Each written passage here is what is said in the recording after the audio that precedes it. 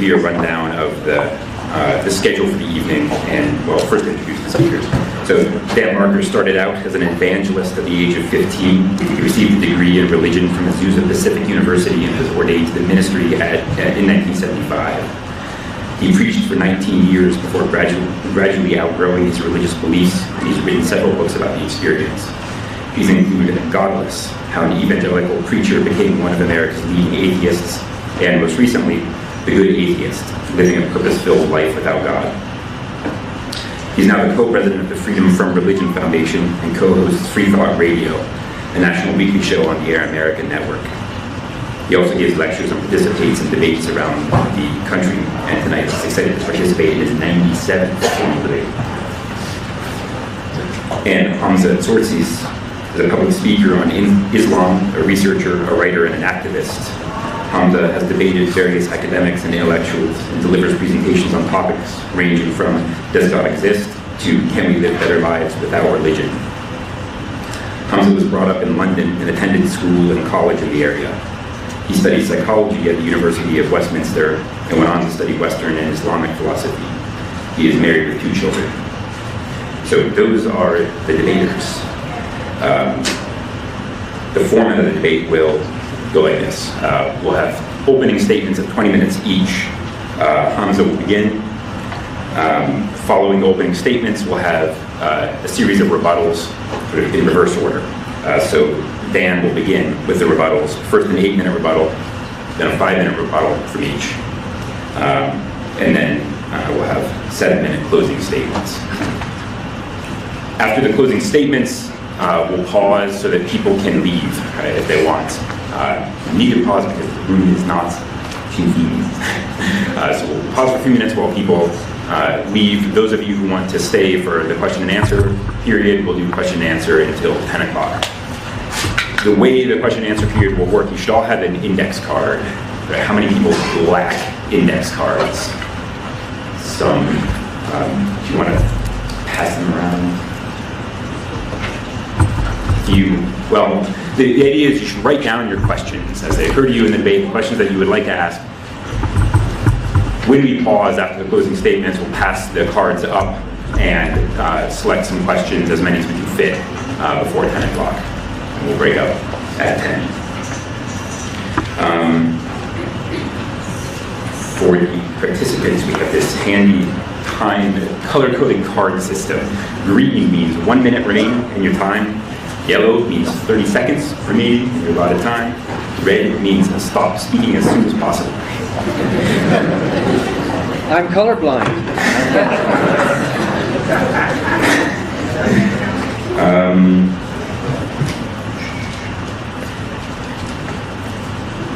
Okay, I think then we're ready to begin.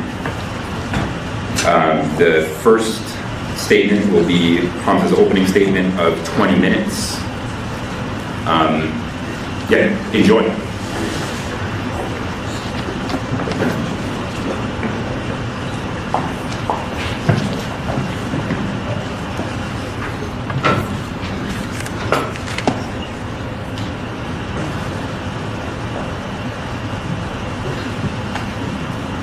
إن الحمد لله والصلاة والسلام على رسول الله أما بعد رب اشرح لي صدري ويسر لي أمري وأحلل عقدة من لساني يفقهوا قولي.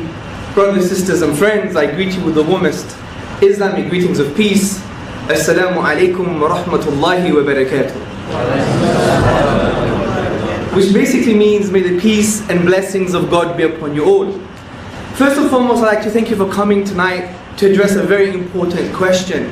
And I'm going to address this question by saying that Islam is more rational because it makes sense of the existence of God. Islam is more rational because it makes sense of the miraculous nature of the Quran, which is the book of the Muslim. Now, Islam makes sense of the existence of God because we have all asked the same questions. Why does something exist rather than nothing? Where did the universe come from?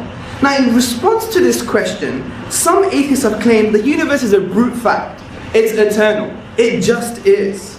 However, to maintain such a proposition, I argue is untenable because there are very good reasons that the universe was brought into being. In other words, it began to exist Its past is non-eternal, it is finite.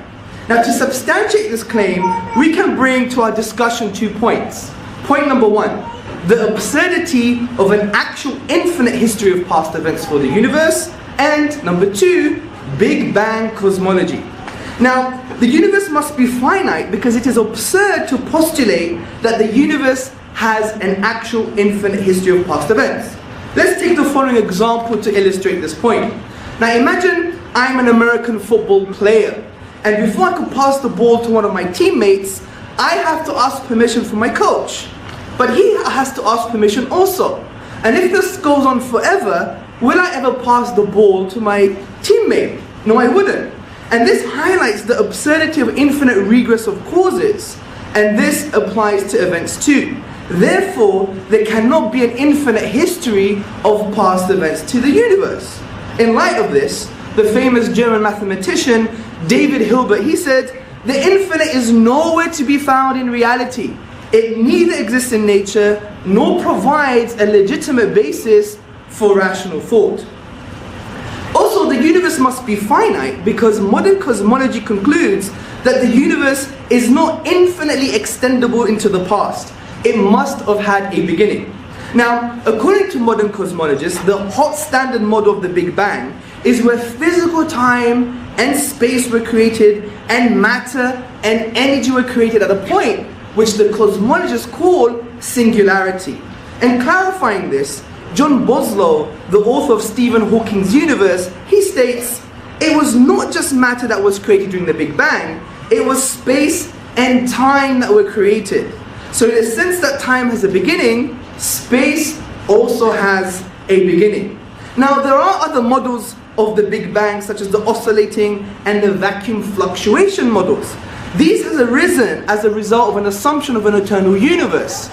But modern cosmology has told us that there are principles within these models that necessitate a beginning to the universe. And some of these principles include the second law of thermodynamics, metastability, and acausal fine-tuning, something we could discuss if we get technical in the Q&A.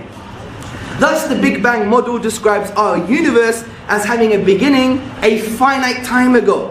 As Alexander Vilenkin, one of the world's leading theoretical cosmologists, says, "With the proof now in place, cosmologists can no longer hide behind the possibility of a past eternal universe.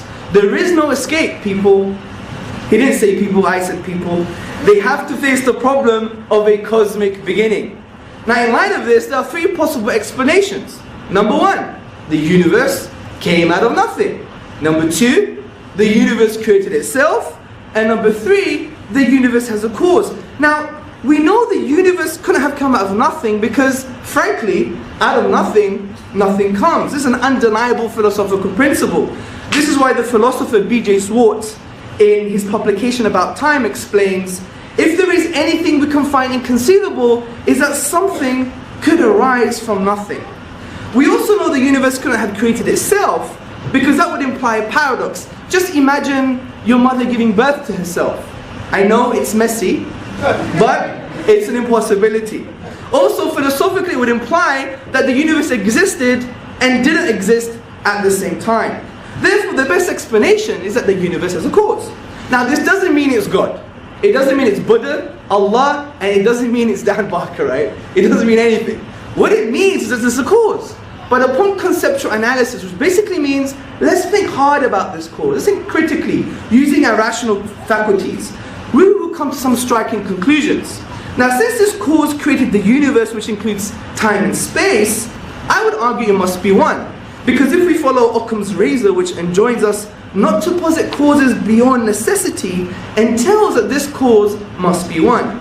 Also, it must be uncaused due to the absurdity of infinite regress of causes, as we discussed with the American football example. Also, this cause must be immaterial, which follows the Quranic paradigm of laysa kamithlihi shay. There is nothing like the Creator. He is transcendent.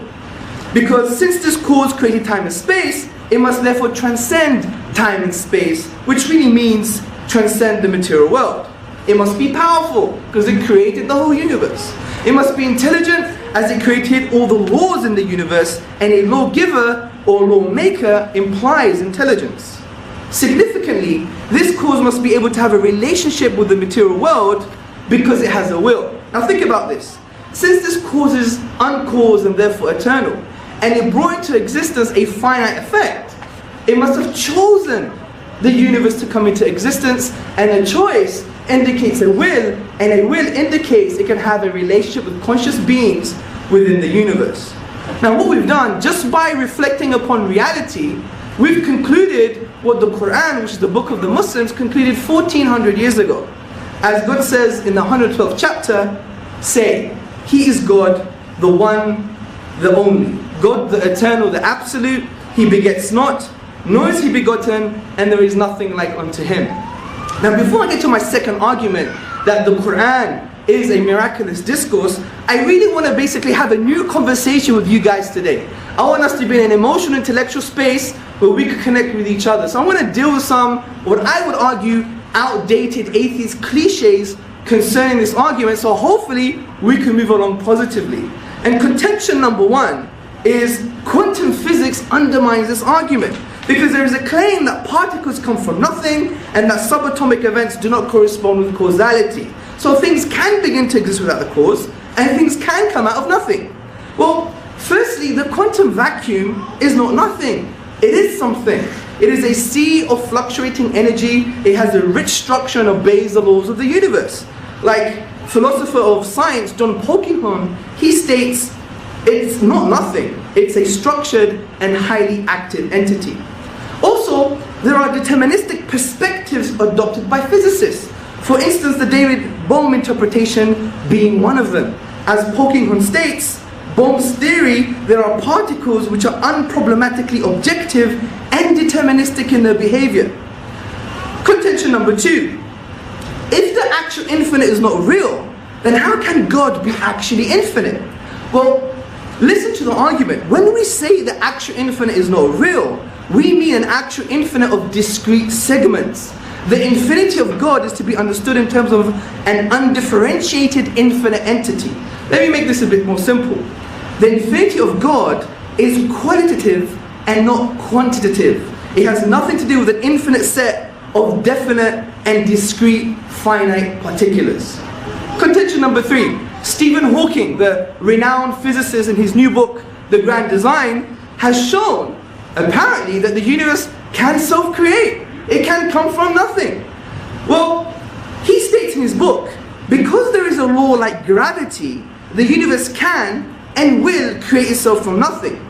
But first and foremost, if we read this book properly, his view of nothing doesn't mean nothing. It means the quantum vacuum. And we've already discussed that the quantum vacuum is something. It's a rich structure, it's a sea of fluctuating energy. Also, concerning the law of gravity, well, that's just a mathematical equation that describes nature. And it basically is the force of attraction between material objects. Now, if you're assuming that to be in place before the universe, but the universe has to be in place for gravity to be in place. So what Hawking is telling us, that the universe existed in order for it to bring itself into existence. But that's, again, like saying your mother gave birth to herself.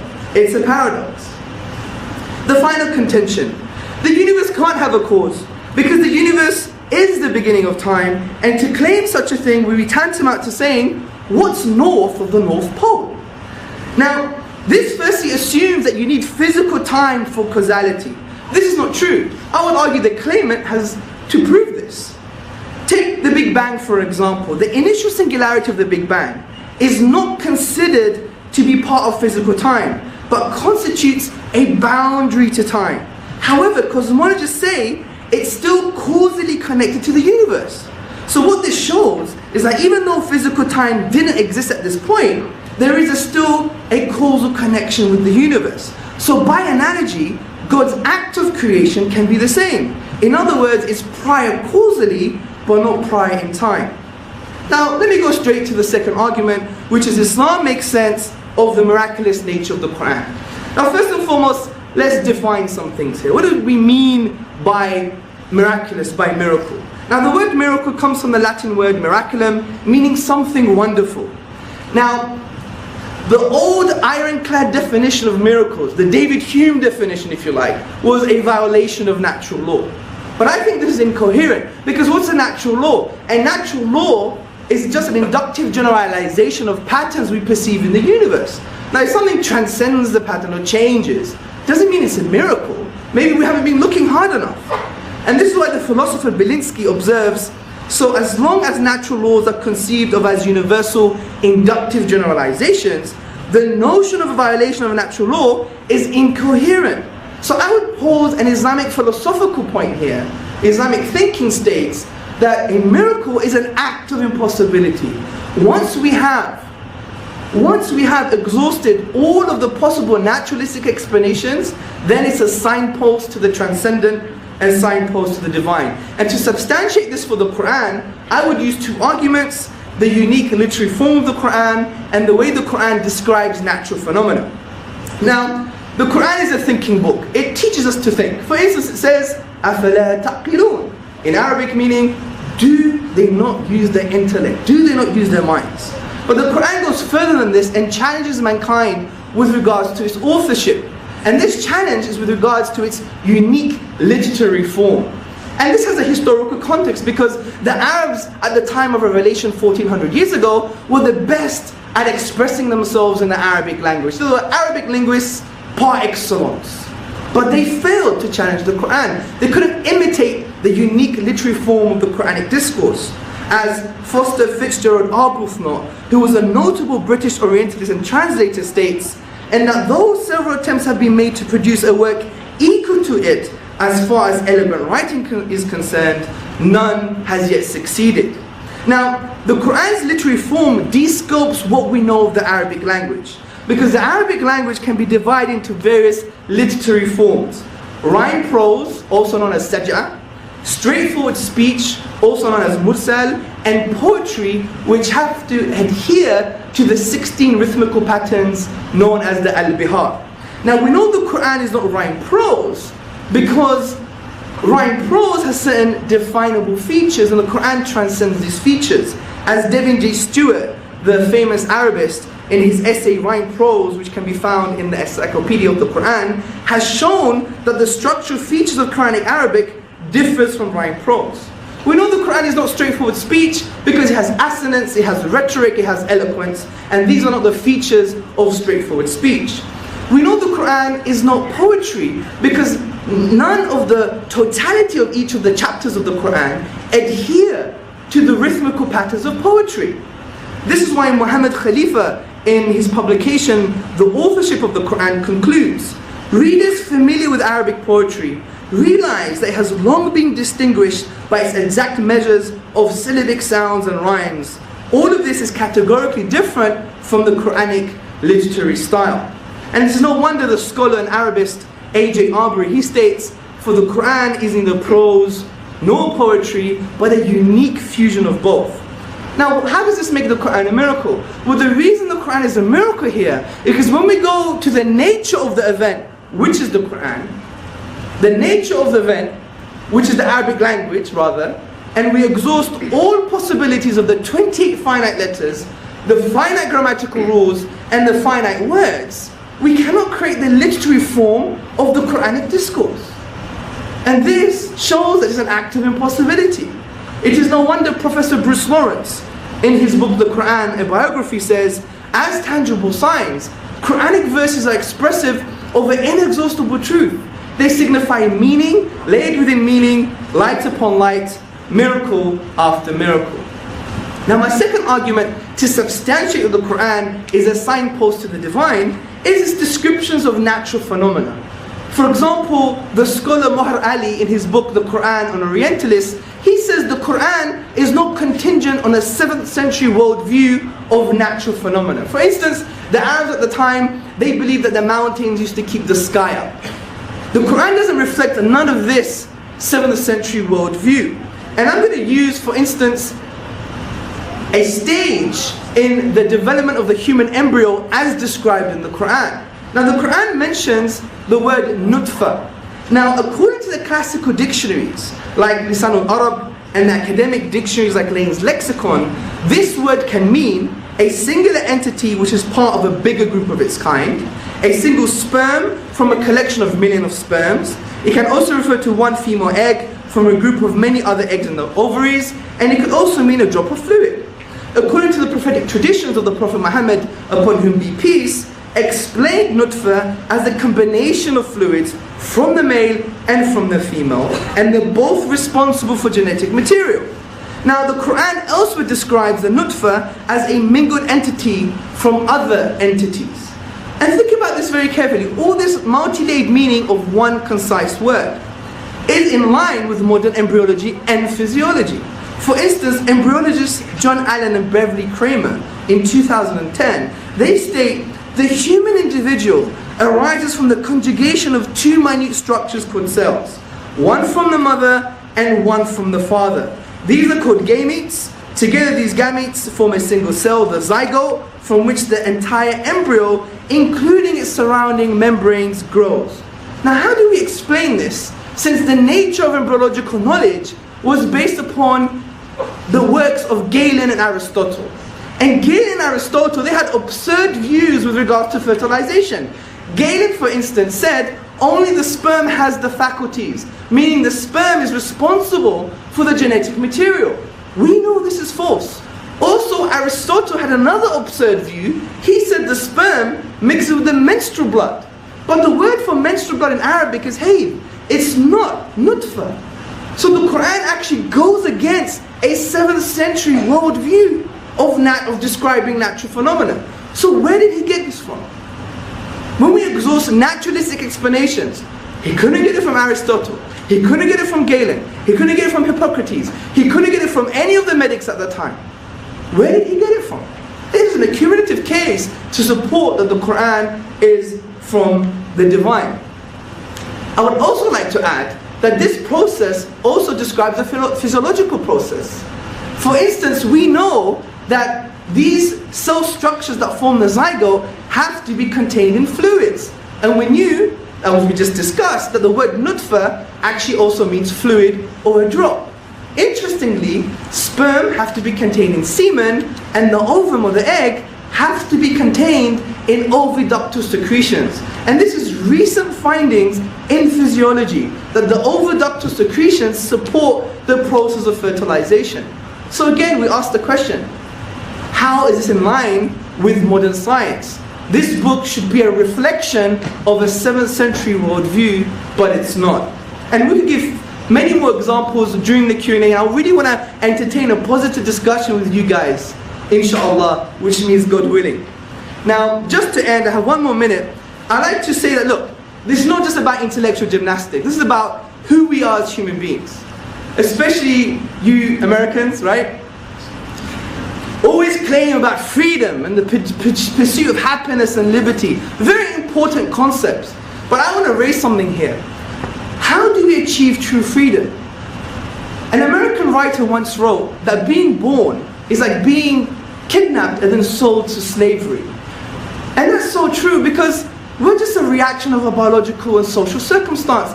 You didn't choose where you were born. You didn't choose your parents. You didn't even choose your siblings. You didn't choose your DNA. You didn't choose the economic circumstances you were brought up in. You're shackled to these.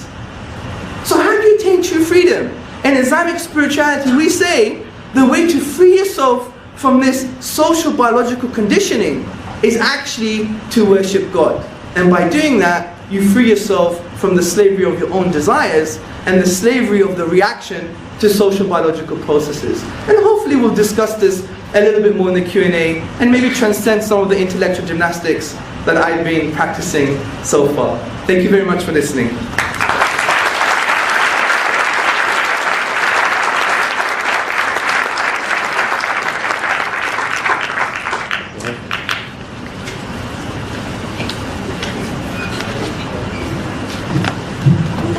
Thank you, Hamza. Like every other Muslim I know, you're a very kind and very articulate person, and obviously also very educated. It's a real pleasure to know you. And thank you, Ian, for moderating. Thank you, Cash. Thank you, Building Blocks, Chelsea, and Jeff. Thanks for all your work on this. I used to believe in God. I was a minister of the gospel for 19 years. When I was a kid, raised in a Christian family, I thought, how lucky was I? I was born in the right family, in the right religion, in the right country, in the right time of history. I felt like I was in the front lines for Jesus, and it felt so real, and I believed in it. I got goosebumps when I used to pray, and I used to feel the presence of God in my mind, and thinking all the while goosebumps were evidence of the Holy Spirit, when actually goosebumps are evidence of evolution. Did you know that? Why do we get goosebumps? Because our hairier ancestors used to fluff up their fur when they were cold or when they had to scare off a predator. Muslims say there is no God but Allah. And I have to say that I agree with the first 2/3 of that sentence.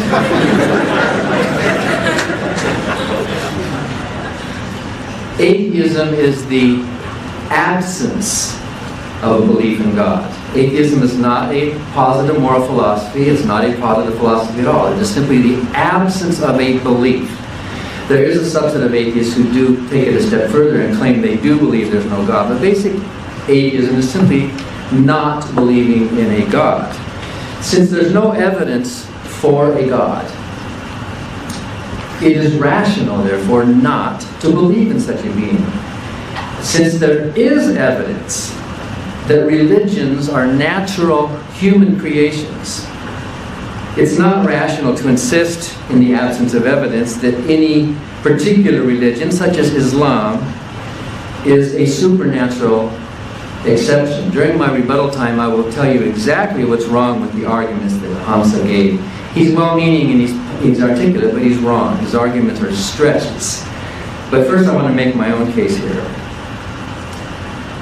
What day of the week is it today? Thursday. What does Thursday mean? We have a day of the week devoted to a god named Thor.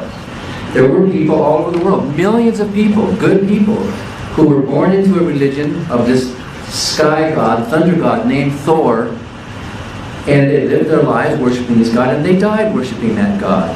And that god was apparently influential enough that we have a day of the week, at least in many countries and many languages, named after that god. Who caused the thunder? Who caused the lightning? Who caused all those things to happen? Thor did, or Zeus did, or name your god. But now that we know more about weather, now that we know more about electricity, that gap is closed. That god is no longer necessary. That god is now just the name for a day of the week. Is there anybody in this room who worships the god Thor? Anybody? No? Anybody in this room worship the god Quetzalcoatl, the Mexican god? Anybody here? Millions of Mexicans, millions of Indians down there worship that god. No? Anybody here worship or believe in the goddess Diana? The huntress goddess of Greek? No? Nobody here? Millions of people believed in that god. Any people in this room worship the God of Abraham, as described in the Bible or in the Quran? Any people in this room? Oh, there you go, we've got some. Well, the only difference between you and me, then, is that I just believe in one less God than you do. You are atheistic when it comes to other gods. You are skeptical when it comes to Thor. You are probably a skeptic when it comes to the angel Moroni. In fact, there's historical evidence for the angel Moroni and Joseph Smith, much more recent than Muhammad. And I would like to ask Hamza if you believe in the existence of the angel Moroni. In fact, the Mormon Church has some miracles. The Mormon religion has, how do you explain the existence of the Book of Mormon? It's unique literary style, you know, where it came from. Of course, there are natural explanations for the origins of these writings. So, all of us in this room are skeptics. All of us in this room are doubters. Hamza is a skeptic and a doubter of the religious claims of others. Islam, in its basic meaning, is submission. You submit to the authority. But how can that be rational? When rationality and reason require the free exercise of your mind. You can't be a rational agent as you are required to submit to some dogma, to some doctrine, to some religion. It is not rational to start off by saying that we must submit. Submitting is wrong. Submitting is slavery. Yes, Hamza is right. that we all come prepackaged with genetic predispositions, and much of our nature, at least 50% of it, I think, is predetermined, and we're stuck with it. But we have a frontal lobe. We do have the ability to transcend some of our nature. And this frontal lobe and the rational process that we all have rises above those instincts, rises above even the culture and the history of the religions that we were raised in. The reason I am an atheist is pretty simple. First of all, there's no evidence.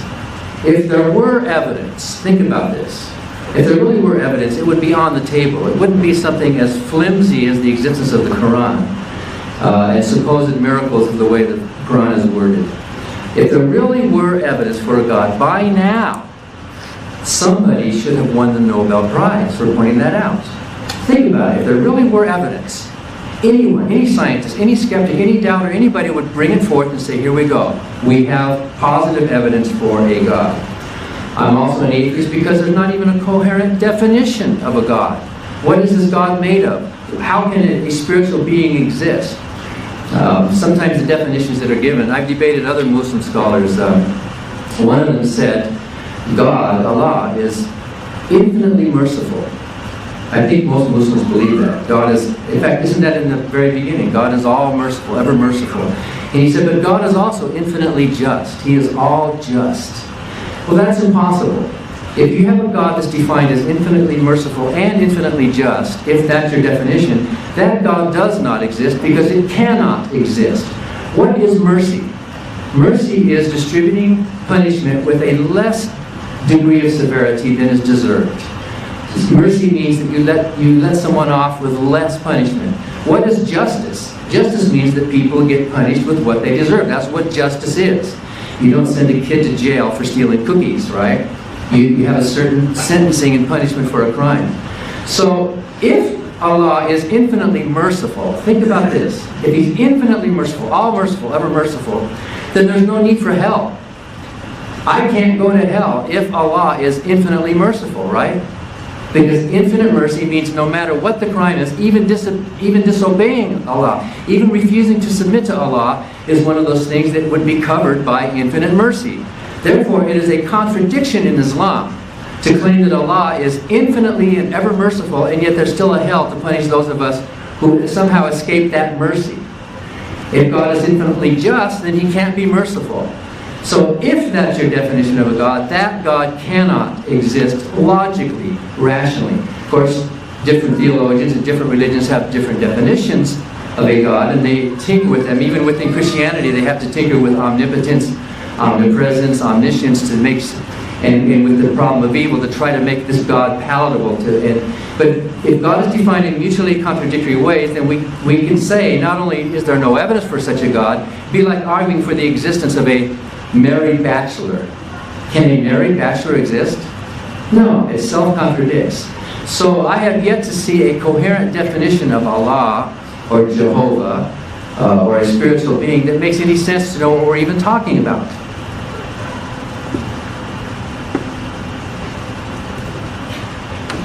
And of course, there's no good arguments for a God. This first cause argument that Hamza gave, I will talk about that during rebuttal time, is not a good argument. It's basically a God of the gaps argument, but it's even itself internally contradictory. There are other arguments that people have brought forth, ontological, design, teleological arguments, and all of them, as Bertrand Russell once said, they all boil down to bad grammar. The arguments for God just don't hold water. If you look at them, if you scratch beneath the surface and look at them and unpack the words, they fall apart logically. And there's no agreement. If Muslims could agree with each other, and they don't. I've even heard Hamza say that there are differing interpretations of the Quran, and different scholars differ on this. Well, if the Quran is such a perfect book, why are there differing interpretations? Why are there disagreements? Why are there factions? And within Christianity, why are all these different groups arguing over the same so-called Holy Scripture? I used to preach the Bible was inspired. What Paul wrote in the Bible, God is not the author of confusion. But can you think of a single book that's caused more confusion than the Bible? And look at the Quran. There's no agreement among believers about many of these principles. Of course, in general, there is some agreement. But if I were a God and I wrote a book that was so sloppy and so open to misinterpretation, I'd be embarrassed to release it to the public. And of course, there's no good answer to the problem of evil. If Allah and God is all merciful and all caring and all good, all you have to do is walk into any children's hospital and you know there is no God. Parents who are desperately praying for this miracle. Hamza believes that miracles can happen because they're impossible, and yet these children die at the same rate as anyone else. If prayer were really answered, if faith in Allah really made a difference, we would see it, we would measure it. It does not make any difference. A belief in Allah makes no difference except in how much money you might give, or how much... If you are weak enough in your moral principles that you need a religion to motivate you to be kind and to help the poor, well then maybe in that case, keep your religion. We'd rather have you good to the poor than not. But millions and millions of good non-believers in this world are charitable. They give to the poor, they give to charity, they help people out without using religion as an excuse. And of course, that's the final point. There's no need for a God. Millions of people live their lives with purpose and meaning, with joy, with love, without having to bow down. As Paul said in the Bible, he was a slave of Christ. And of course, as the Quran says, we are all submission. We are all having to submit to the will and the authority of this person who created us. We've sometimes heard it said that the absence of evidence is not the evidence of absence. I don't think that's true.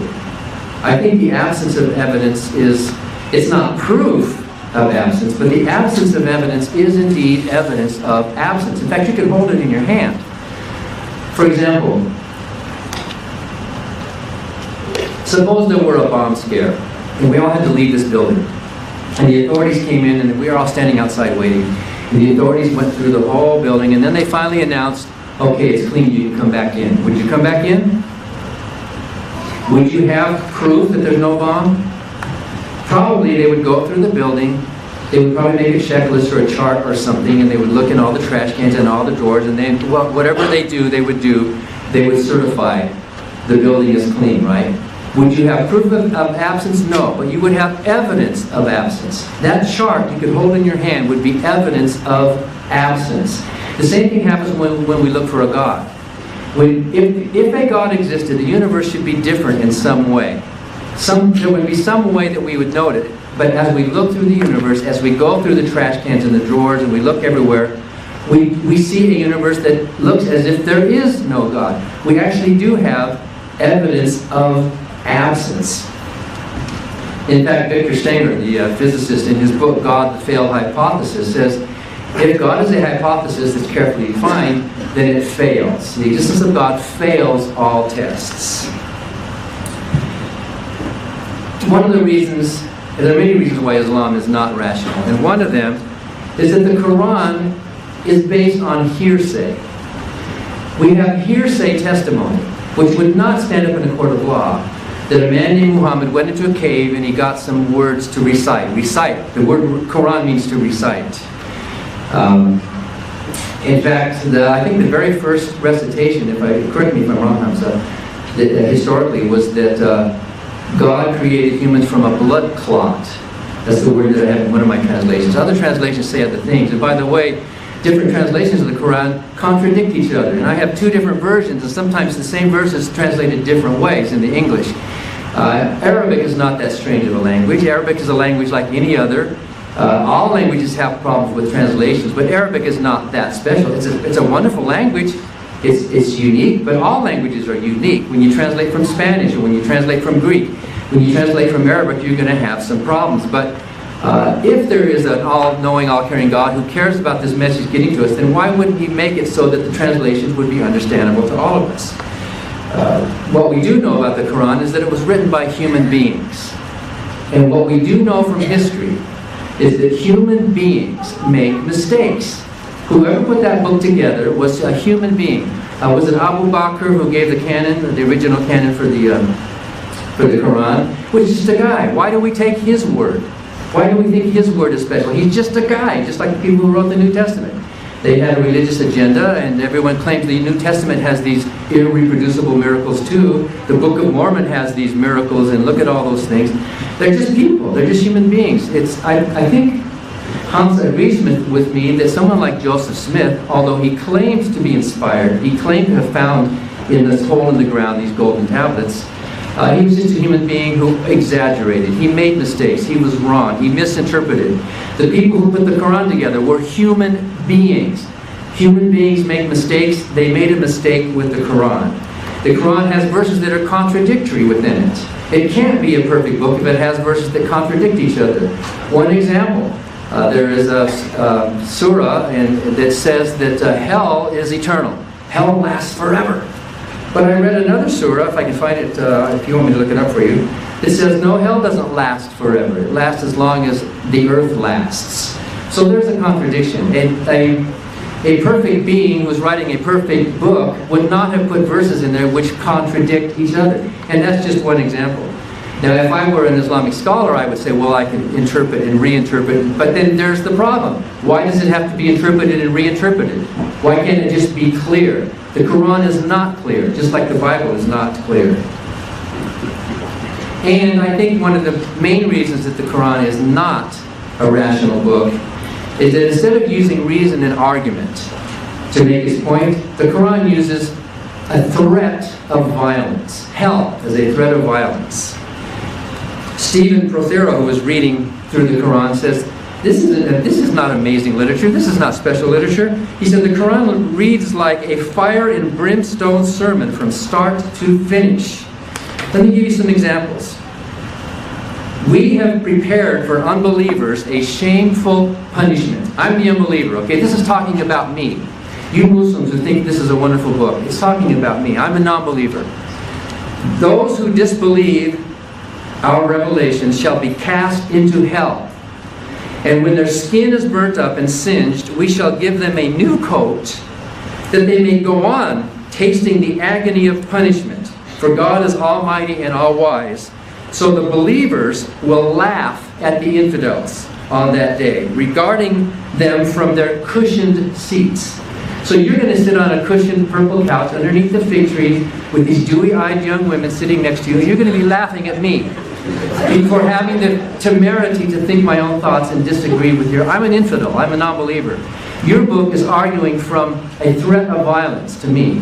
And that's what the Quran is. Believe or burn. Believe or burn. If you don't believe, you're going to suffer. Any system of thought that has to make its point with a threat of violence is morally bankrupt. And if you hold that book under your arm with any pride, you should be ashamed of yourself. You should be able to make your point using pure reason and not touting a book that has a threat that my skin's going to be burned off my arms, and it's going to be regrown so that Allah can burn it again and again while you're sitting up there laughing. Are you proud of that? Do you think that is rational? Do you think that is kind? Do you think that is good? If you do think so, and if your God does exist, and if He did create a hell, then I would say to Allah, you created hell, you go to hell. You're not worthy of my respect. In fact, I will never submit to a being who is so irrational that he has to make his points with a threat of violence. And I think you're better than that. I think you're kinder than that. I think you've risen above the brutality of your own book, in spite of the primitiveness of the book that you believe in, to be a good person. And I salute you for that. I applaud you for being a good person, in spite of Islam. So during my rebuttal time, I'm going to quit now. I think there's 1 minute left. I will explain what is wrong with his first cause arguments. Thank you. All right, thanks for the opening statements. We're going to go straight to the rebuttals, 8-minute rebuttals, beginning with Dan.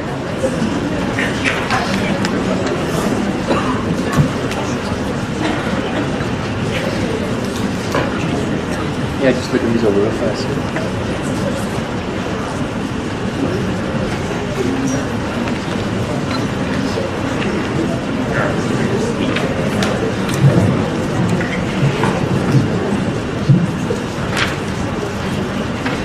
Okay, there are 3 big problems with Hamze's arguments about sometimes it's called the Kalam cosmological argument, and even Christian theologians use it too. And Hamza already alluded to a couple of the problems, although his defense against them were not good. First of all, this argument begs the question, because it makes an assumption. The universe began to exist. And so things that have a beginning have a cause, is basically what he's saying. Anything that has a beginning has a cause. Why does that beg the question? Because the existence of a beginningless thing or personality is the very conclusion you are arguing for in your argument. Allah is a beginningless thing. But you are assuming in your very initial premise that the universe can be divided up into two different sets. A set of things that begin to exist and a set of things that don't begin to exist. And yet you offer only one possibility to fill the definition of things that don't begin to exist, which is God, which is Allah. If Allah is the only thing, or if a creative being, internal transcendent being, is the only thing that fits that bill, then you have effectively begged the question by saying everything that begins to exist translates to everything except God. So your first premise is saying everything except God needs a cause, which begs the question. It's circular reasoning. You're bringing your conclusion into your premise. You can't do that logically. You can get out of that. There are ways for you to avoid begging the question by either defining conceptually or potentially some kind of an item other than God that does not begin to exist, in which case your phrase would be meaningful, it would be coherent. If we all understood, and none of us have experience of anything that doesn't begin to exist, how could we? In the universe we live in, we can't point to anything that doesn't begin to exist in time because we live in the temporal universe.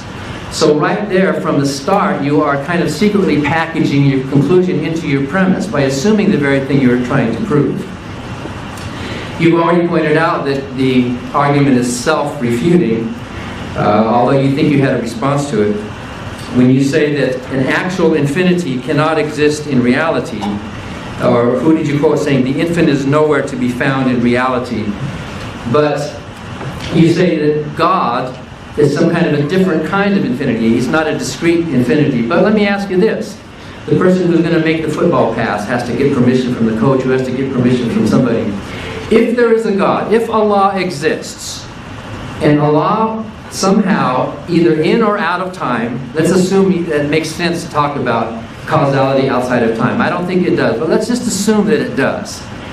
Because how do you know what, if without temporal antecedents, how do you know what came first? That's how we know how causality works, is because of time.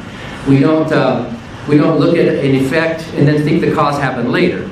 That's how we know what the very word causality means. But let's just assume that in some strange way, because of our limited minds, there is this being up there outside of time who can function in a causal way.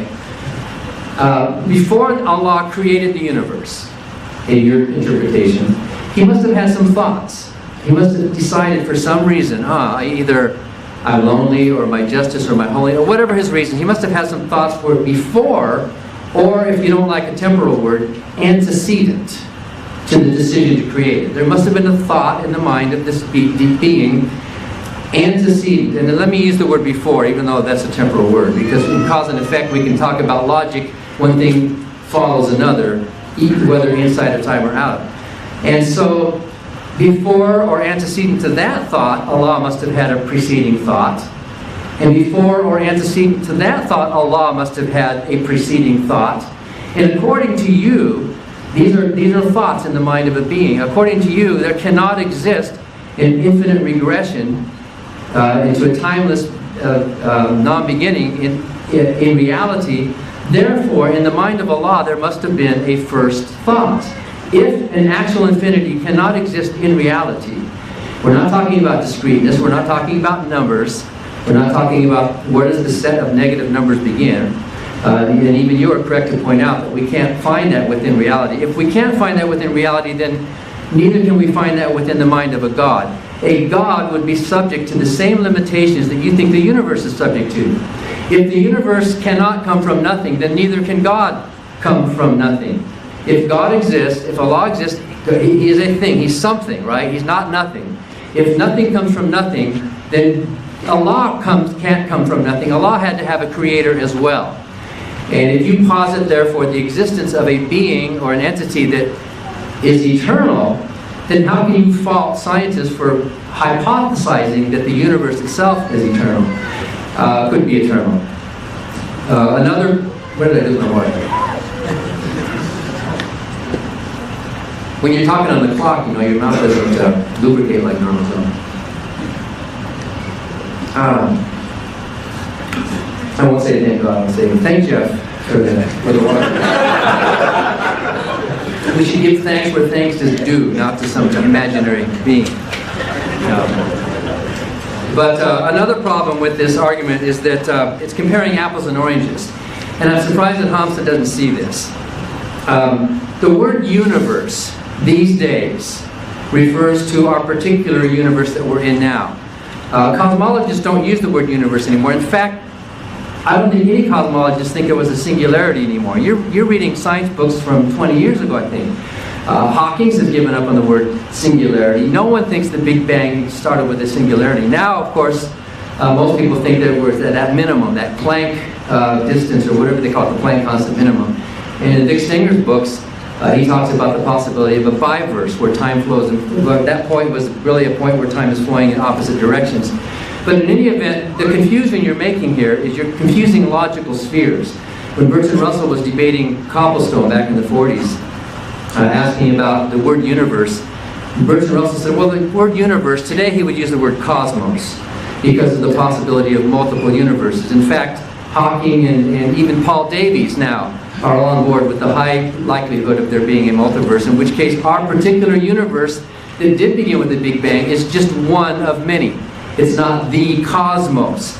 So the problem you're making is that the mistake you're making, Hamza, is to confuse the word universe with cosmos.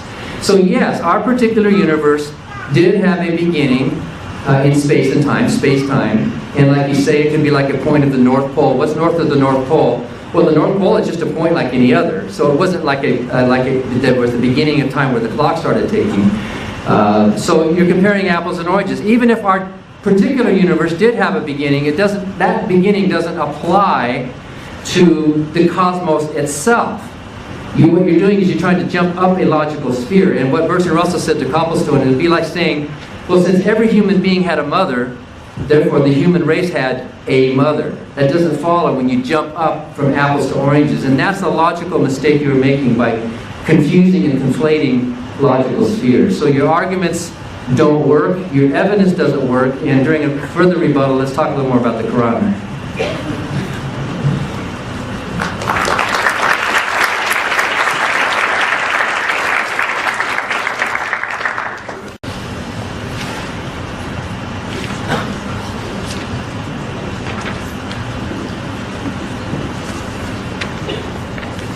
Okay, thank you very much. I thought that was a very interesting, emotional sermon towards the end. I almost felt like crying. I was feeling sorry for Dan Barker. I thought you were just about to cry. I was going to come and give you a big hug, you know? Because I thought you were so upset about your outdated cliches about religion, about the concept of hell. I mean, it's quite interesting that it's just like typical atheists, not to be stereotypical, of course, is that we fail to read about people. We fail to really want to connect with other human beings. When was the last time we read an exegesis of the Quran, for example?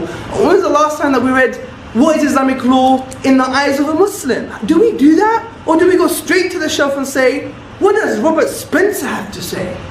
The guy who hates Islam. What does that say about our intentions? Do we have an emotional, intellectual atmosphere where we are listening with the intent to understand, or are we manufacturing a response? Something to think about. Okay, let's talk about Dan Barker's claims. First and foremost, you talk about God of the gaps. It's not God of the gaps. We don't say we don't know, then we just squeeze God in there. We actually reflect upon reality, the universe, we come to certain conclusions, we come to certain attributes, and then we see that there's a correlation between our view and what reality has told us. That's not God of the gaps at all. God of the gaps would be, I don't know, therefore God did it. So I think that's an outdated atheist cliche. Also, you're saying submission to God is not rational. Well, you said this about grammar. Let's change the definition here. Well, you could submit to yourself, submit to social conditioning, or submit to a higher rational being. What sounds more rational, people? To submit to a higher rational being. If you know that rational being exists and you have evidence for that. So you could play with words and we could preach. I mean, I think your preachiness has carried with yourself in your atheistic age. And I think, you know, we can't have our cake and eat it. I don't like Christianity, but I'm going to stay a preacher. Thank you. No worries, dude. Anyway, so the point is about the God's names and attributes. We don't say all or infinite. What we say is God is the merciful. And Islamic theology says that we reconcile His names and attributes. The in the loving or the merciful means He's greater than human beings.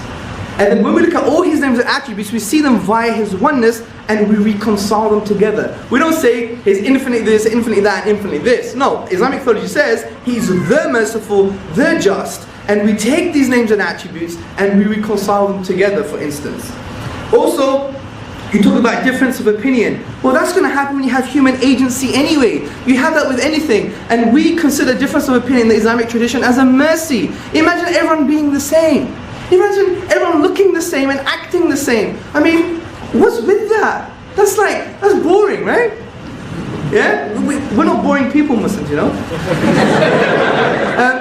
Also, you talked about the Quran is based on hearsay and testimony. I mean, surely, I don't believe you said that. I was so upset. I thought you were a clever guy. I mean, when we look at the science of textual integrity of the Quran, we see that the historical scientific principles applied to the textual integrity of the Quran surpass any known Western type of history.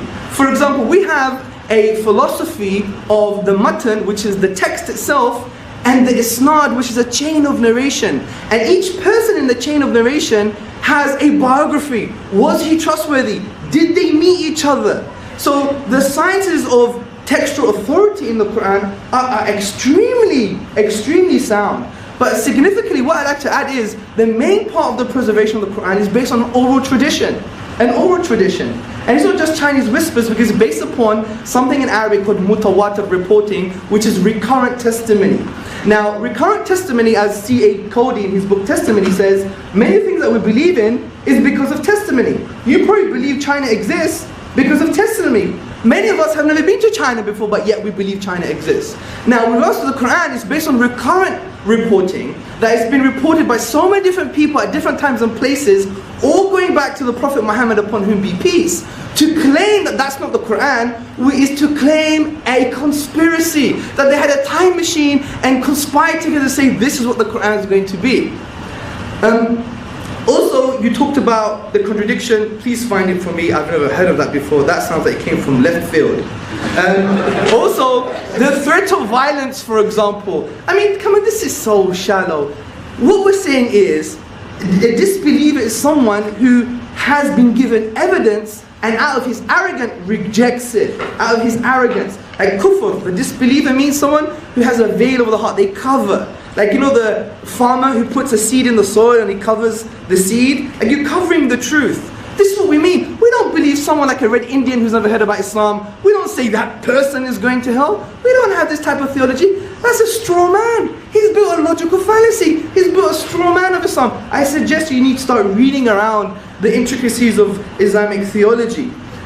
Also, you have to understand the Quran is a thinking book. For example, the things I've talked about are based in the Quran. As the Quran says, أَفَلَا تَعْقِلُونَ? Do you not use your minds? أَوَلَمْ يَتَفَكَّرُوا فِي أَنفُسِهِمْ? Do they not reflect within themselves? وَفِي أَنفُسِكُمْ أَفَلَا تُبْصِرُونَ? And in themselves, do they not see?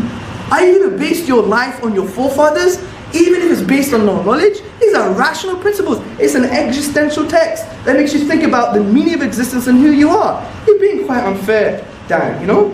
Come on, let's be fair, man. Also, you talked about singularity. You know, singularity is not old. Vilenkin, 2008. Cosmologists in 2006.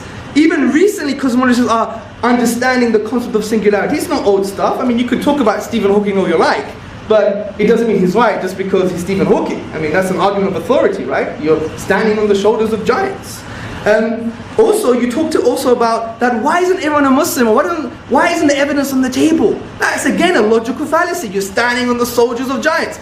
because people don't do it. It's like the fallacy of social reasoning. Like, just because the majority of people don't believe in it, therefore I shouldn't believe in it. I mean, is that critical thinking? I mean, that's like Nazi Germany to me. Everyone wants to kill a Jew, maybe I should kill a Jew too. Yeah? I mean, come on, is that right behavior? Damn, surely not.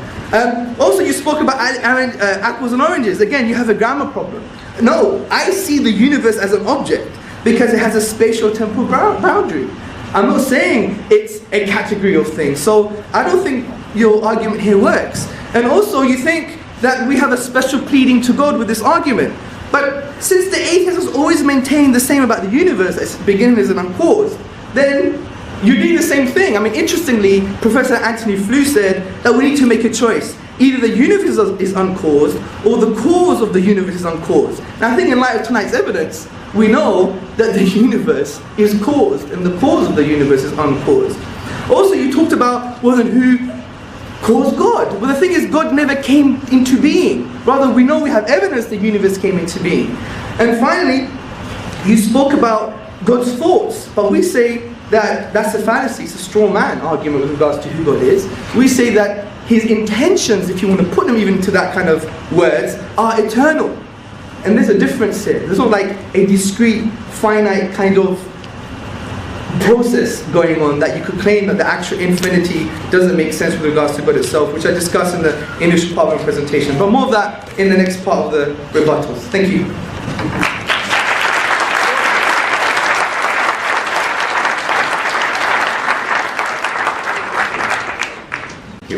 One more round of rebuttals and then the closing statements. This round of rebuttals are 5 minutes each. Okay, beginning with Dan.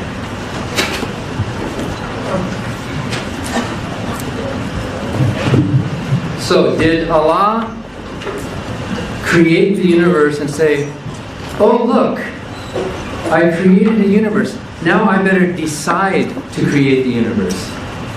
Did it happen that way? Doesn't deciding come before or antecedent to action? In the mind of a deity, in the mind of Allah, a decision precedes an action. Therefore, in the mind of Allah, according to you, there's an infinite series of preceding decisions. I do read the Quran for myself. I didn't consult a lot of these authorities who, in fact, if you do consult authorities, they disagree with each other a lot. And you all know that within Islam, there's arguments, there's disagreements, and that's wonderful. But that strikes against the uniformity of the teaching of this book. I read the Quran for myself. I've read 2 different English translations myself, with my own mind, with my open mind and an open heart, and I reject it on rational grounds. It is irrational, it is insulting, we can do better. Read Shakespeare. Shakespeare can't be reproduced by anybody. Read Moby Dick. Read some other wonderful works of literature. The Quran is amazing, but it's so repetitive. How many of you read it? It's so repetitive, over and over, and hell, and believers, and this, and it's obviously it's not poetry, because who would ever have set that to music?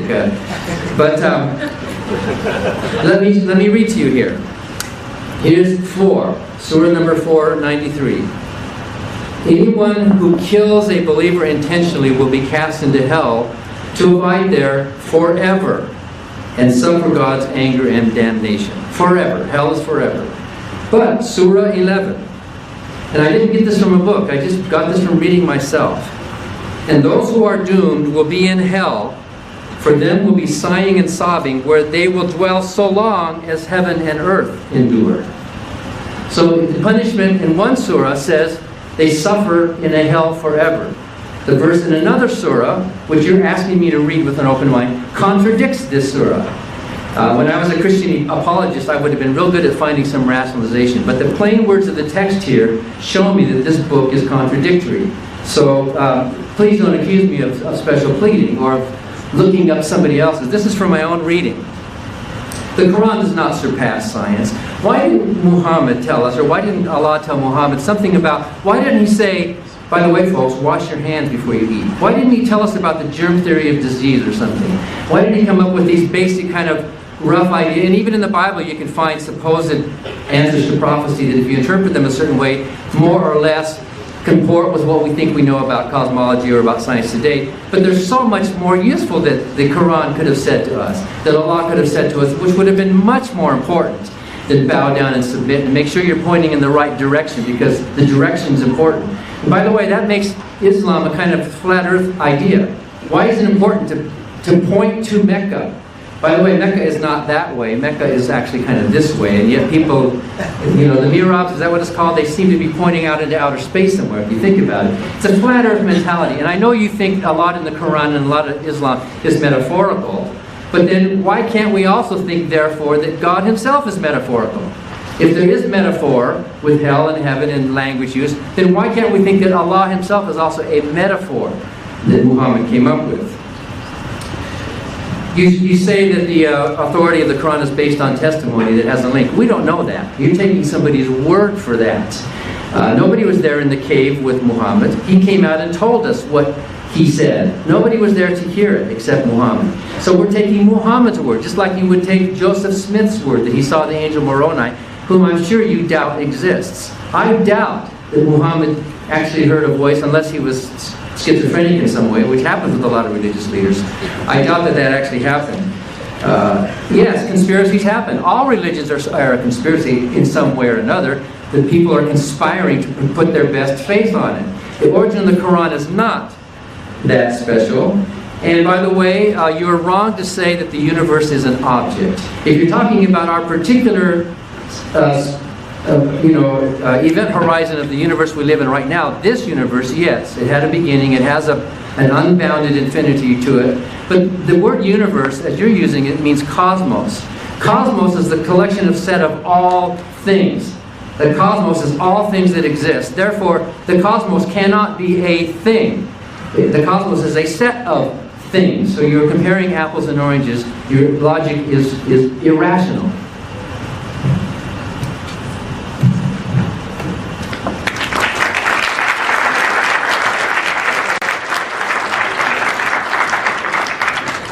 Okay, this is very good.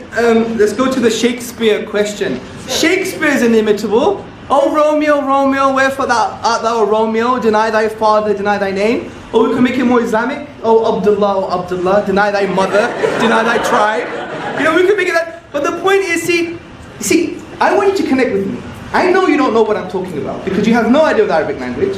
You have no idea about the intricacies of eloquence and the sciences of Arabic. So I think the most sincere thing for you to do is say, Hamza, I don't know, man. Let's discuss this like two gentlemen. We don't want to beat each other about it. I want to know, what does this argument mean? Maybe it might be a valid argument. Throwing the Shakespeare one is so shallow because Shakespeare, or Sheikh Zabur, essentially, Shakespeare, for example, he articulated some of his plays in the iambic pentameter. Who studies English literature here? Iambic pentameter has been replicated by many people. As a matter of fact, his contemporary Christopher Marlowe has been accused of some of his work. So the Shakespeare argument is not an argument. Also, the contradiction, I didn't really get the verses, we'll do that in the Q&A. Someone bring the question up, please. Also, the funny thing is about washing your hands. Why didn't the Quran tell us to wash your hands? The Quran does tell you to wash your hands before every prayer, dude. And not just that, and he said before eating. You know the Prophet Muhammad, his sunnah, his way? Do you know what he did before he ate? Yes, sir, he washed his hands. And that's not a big deal. That's not a big deal, people. Also, testimony. See, the problem is, do I know that the Prophet, peace and blessings upon him, saw the angel? The reason I know that is not based on testimony. The reason I know that is because he claimed it, and I know he was truthful because of historical evidence. And I know the Quran that he brought forth is a signpost to the transcendent. Also, if you want testimony, there are African tribes today who have never read an Arabic Quran, but they learn it from memory via an oral tradition all the way 1400 centuries back to the Prophet himself. To claim that the Quran is not intact would be to claim a conspiracy, which you're doing. Also, I disagree. I think you're just building a straw man of my argument, apples and oranges. That's not true. I'm considering the universe as a spatial temporal boundary as an object. I mean, you could argue about this till the cows come home.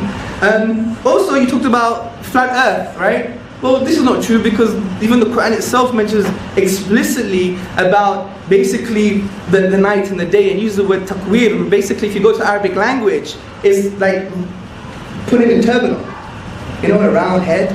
Yeah, so it indicates the opposite of a flat earth type of perspective. What else did you say?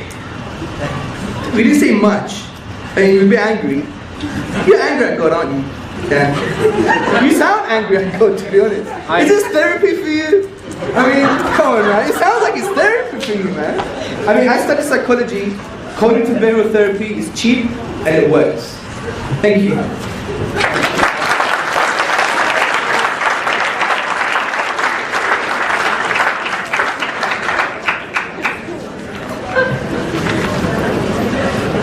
All right, 7 minutes of closing statements, beginning with that.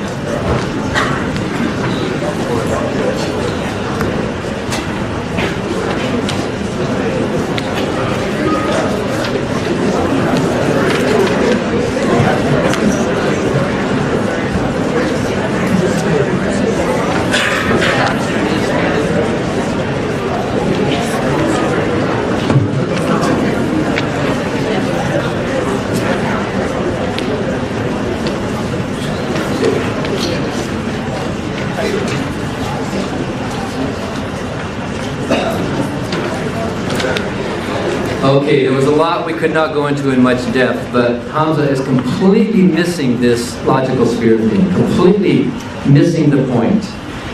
Cosmologists today admit that this universe that we live in, and decades ago nobody would even use the phrase this universe. In Bertrand Russell's day, the word universe meant all of existence, everything. Today, the word universe doesn't mean all of existence, everything. Today the word we use is the word cosmos for all of existence and everything. The word universe today is a much smaller word. In fact, we talk about multiple universes. This universe, this particular event horizon that has this particular Big Bang within it. So you are absolutely right that this universe had a beginning. You're absolutely right that we can go back to a point at the Big Bang. Yes, this universe. But that's not the cosmos.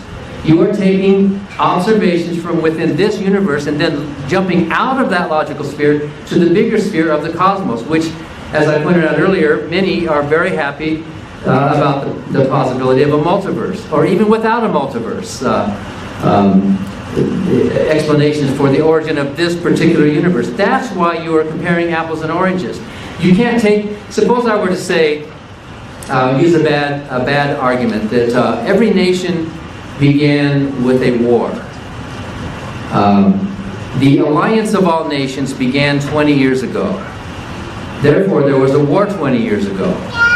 Is that logical? No. Why? Because I'm confusing a set with the items within the set. Suppose I said every musician in an orchestra plays in harmony with itself. Therefore, it follows that every orchestra is playing in harmony with every other orchestra. That doesn't follow. You've jumped up a logical sphere and you're confusing. You're taking a finding from one level and trying to apply it to a higher level. That's the mistake you're making logically, and I'm surprised you don't see that. You've read books, you've studied these things, Hamza. It's comparing, and even Bertrand Russell in the 40s pointed that out, about the human race not having a mother. Okay, so we are all human beings. Right? We're all biological animals. Any of us could breed with each other. We all come from a common ancestor somewhere back there. We all have common needs and wants. I'm not ashamed of being a preacher. I think being a preacher is fine. And actually is kind of good therapy, yes. And I'm not ashamed of being angry sometimes. Especially not against a God who doesn't exist, but against followers of His who insist on threatening people like me with a physical torment, which is what your book does. There's no doubt about it. Anybody reading the Quran in any language can see that there is a threat of physical violence in that book. How are you going to talk your way out of that? It's there. It's plain. And I think all of you Muslims in the room agree. In fact, I debated a Muslim in Colorado last year. And when I mentioned that, you're going to be sitting on the couch under the fig tree with the young virgins looking down at me and laughing while the skin's burning off. And he put his thumbs up and he smiled. Yes, yes. He was happy about that.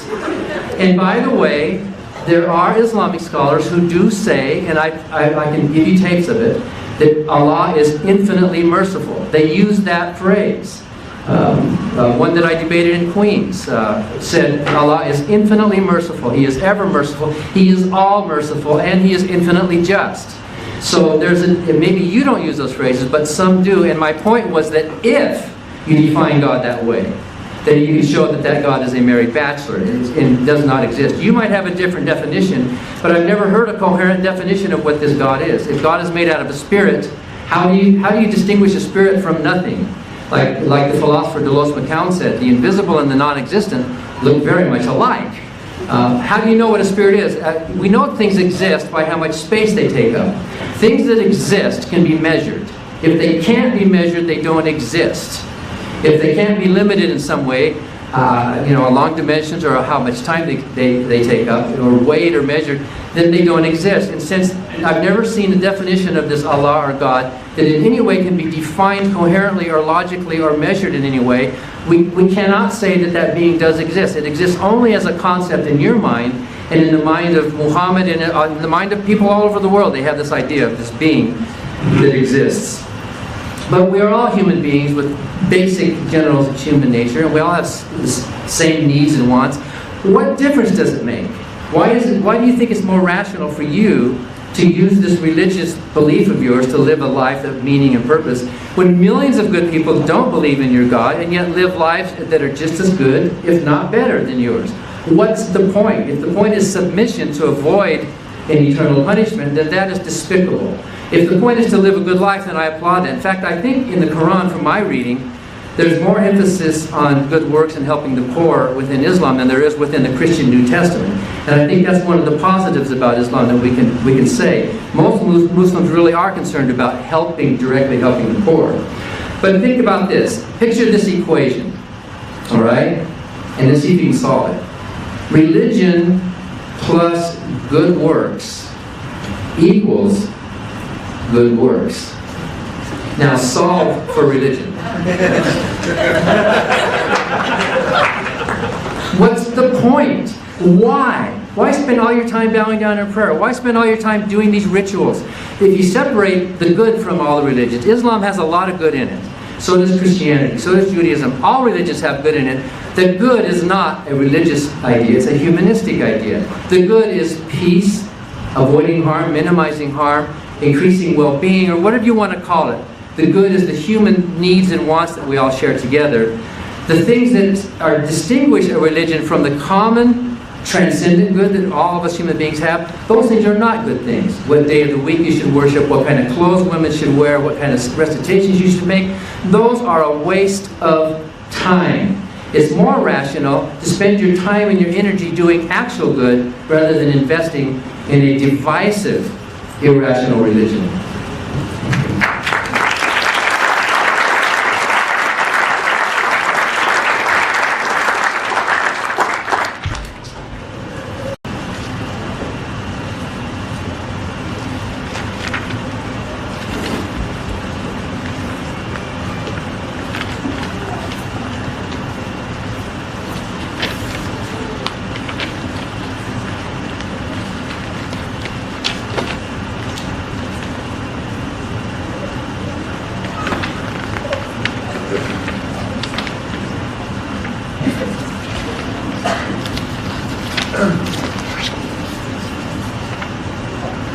Sorry.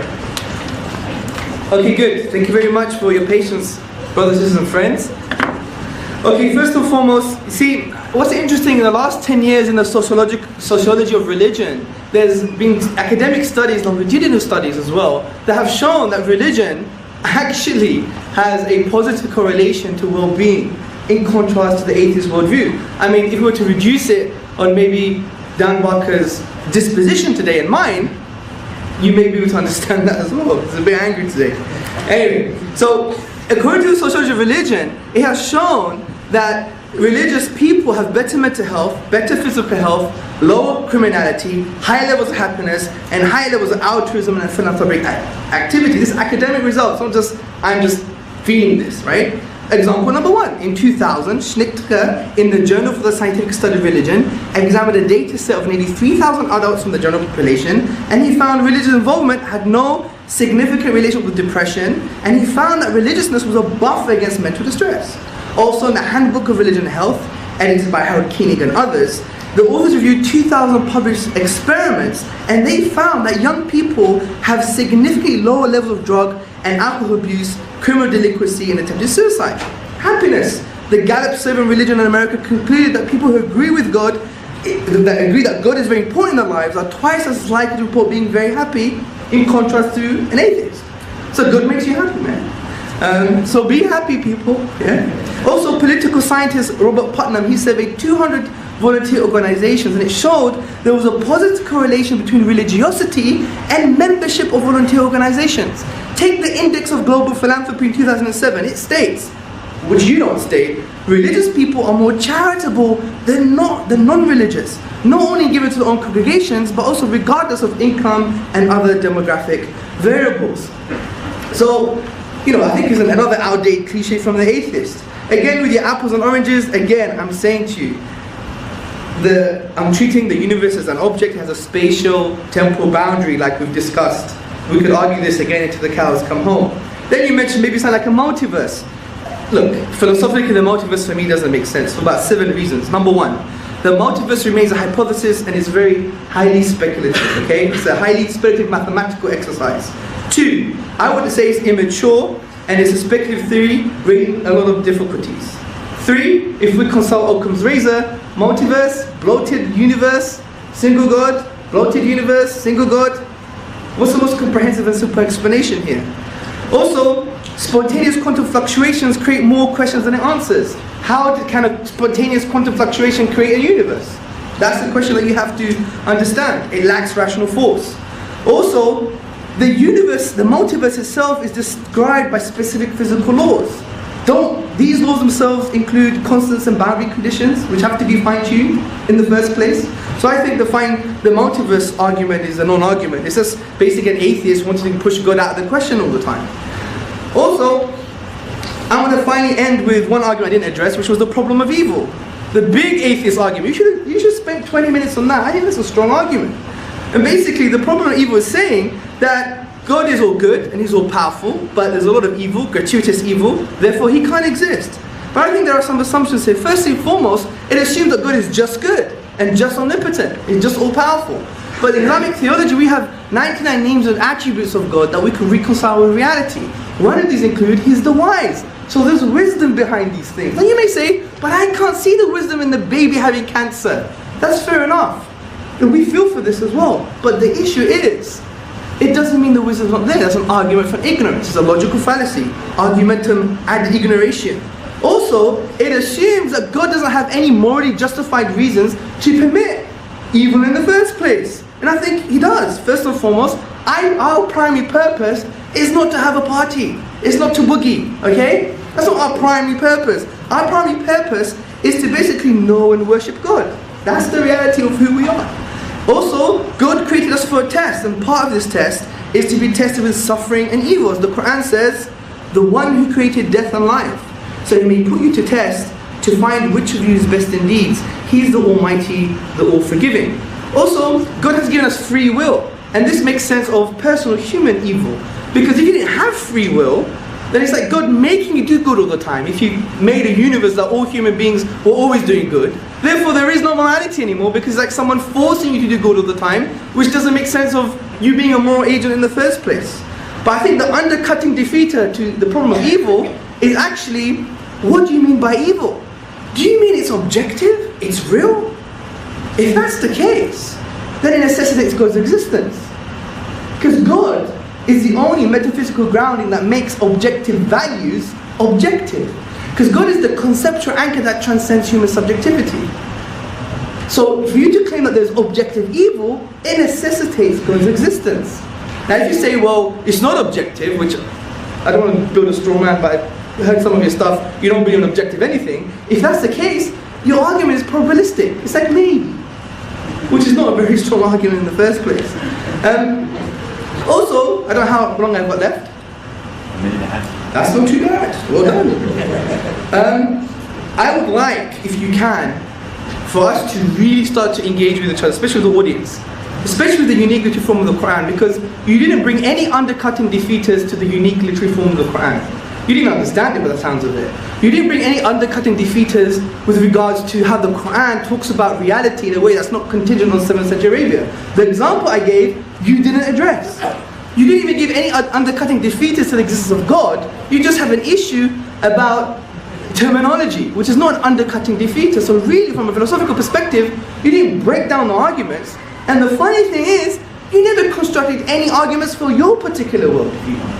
Now, on the point of the Quran posing threats, well, the Quran is saying very clear. Let's be holistic when we read things. It says, don't blame God what happens to you metaphysically.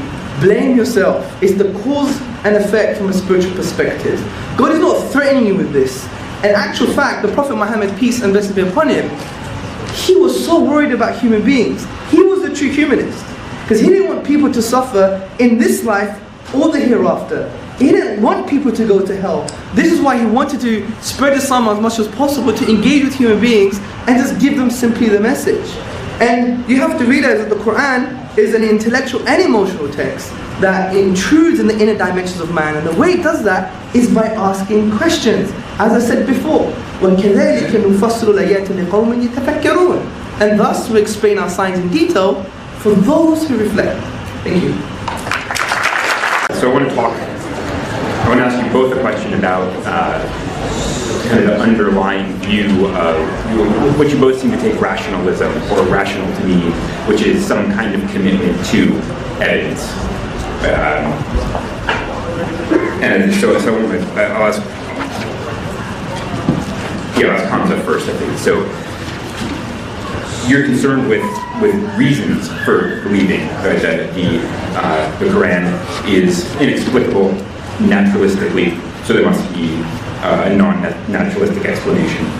And you see the lack of agreement or the absence of a naturalistic explanation of the origin of the universe as both giving you reason to believe and as making space for God. So I want to press you a little more on this God of the Gaps thing that Dan brought up. I want to know how you would react if, over the next 5 years, the community of astronomers and cosmologists all reached consensus on a naturalistic explanation of the origin of the universe. They had, all agreed, had a good case for just natural causes explaining the origin of the universe. I just wonder which goes. Does the commitment to reason or naturalistic explanations go, or does your faith go? This is a very good question, because it intrudes in the inner dimension of my own personal environment. And this is very good. This is the kind of question that we should be asking each other, right? See, I think in Islamic theology there's no differentiation between faith and reason. The word iman, which means faith, actually comes from the word to feel secure. And to feel secure with the belief, to have a yaqeen, a certainty of something. So in our belief, we believe our belief must be based on a form of certainty. Now, that doesn't mean now you define rationalism as scientism. There's a difference here. You don't believe in a very kind of logical positivist 1960s outdated view on everything must be verified. We don't have that view. We take rationalism to mean something else. And the reason we reject scientism, not science itself, but just scientism is the only way to form conclusions about life, is because, well, firstly, it's self-refuting, because the statement itself that scientism is the only way to form conclusions about life can't be proven using science. Yeah? Also, science can't prove logical truths, necessary truths like mathematics. 1 + 1 is equal to 2. And you need logical, necessary truths in order to have scientism or science in the first place. To argue the way around would be like a dog trying to catch his tail. So we say yes, it's useful, and it's necessary, and it's reality, but we have other aspects of methodology we use to form conclusions about life. Now, coming to your main question, there's no differentiation between what we say, the aql and the naql, which basically means the intellect and the text itself. Like Ibn Taymiyyah, one of the famous classical scholars, actually elaborated on this, that if you do think carefully and you look at reality, there's always a correspondence to the text anyway. That's our premise, that's our axiom. Just like science, the axiom is the external world exists. And you can't even prove the external world exists, because how do you know Dan Barker's brain is not on Mars and there's an alien with probes in it saying, you're in this room and you must be angry today? Yeah? How do you know he's saying that? I mean, you can't prove that. It's an axiom, it's a presupposition you need to build your worldview. So our axiom is there's no differentiation between the text and reason and text and reality in the first place. So the question itself, what would go, is like saying both of them would go. Do you see? So, but I do take your point. I would say we have to cross the bridge when we get there. because of my axiom, because there is no differentiation between sound reason and the text itself. So if that is my axiom, then when I see evidence, I have to approach it as it is when we get there. I think that's the best way of answering that. Is that right? Or? Yeah, that's right. Thank you. One asks a similarly spirited question of Dan. So you also are concerned with being responsive to natural evidence, and the total absence of natural evidence is your main reason for saying rejecting belief in God is rational. But beyond that, you said that if you came face to face with God, you would reject him on the grounds of the existence of hell and the evil in the universe, right? He did a bad thing, and so you would reject submission to God. This is a different understanding of rational, right? The evidence responsiveness. It's for moral reasons that you would reject submission to God. And so I guess I wonder why you don't worry that that the revulsion you feel at hell, if it exists, why you don't worry that makes you insensitive to the sorts of naturalistic explanations that Hamzه wants to offer as evidence for God.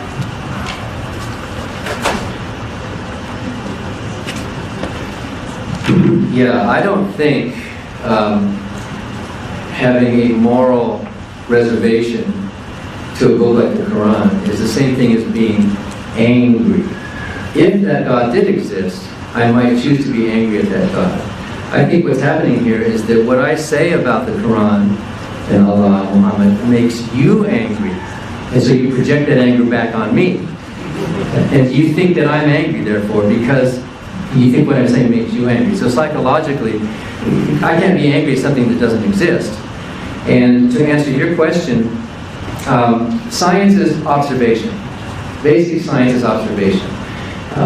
Science builds from the bottom up. Science can test hypotheses from the top down, but the hypothesis falls if the observation doesn't fit. So if I did come face to face with a deity, and there was evidence and proof of it, and I could shake his hand or whatever, then my acceptance of the existence of that being could be very positive. It doesn't follow that I would necessarily respect and admire that being. I might say, okay, Allah exists, but he's beneath my dignity of worship. I would never bow down. I would never submit to them. I would rather spend an eternity in hell with the skin being burned off my arms and being regrown than pretend to worship such a monster that would create a thing like hell. And when I say something like that, a lot of you get angry and you think, oh, Dan's angry, right? But wouldn't you be angry? Wouldn't you be angry at somebody who used threats of violence to make their point? As I said earlier, any system of thought that contains a threat of physical violence is morally bankrupt. If you want to call that anger, fine. I just call that a moral outrage at the kind of thinking that has for a book that contains thoughts like that. So I think it was Richard Feynman who said, it was Feynman, the first principle in science is that you should not fool yourself, and you are the easiest person to fool. If you come to a religion that you're born into or that you adopt, you are fooling yourself. You are deluding yourself. Science is a way to externalize and get outside of that and say, I'm going to follow science wherever it leads. Notice that Hamzه did not actually answer the question. He just said, we'll have to cross that bridge when it comes to it. But the question is very simple. Since we do know about thunder and lightning, Thor does not exist. Thor is gone. We have the day of the week. Thor does not exist.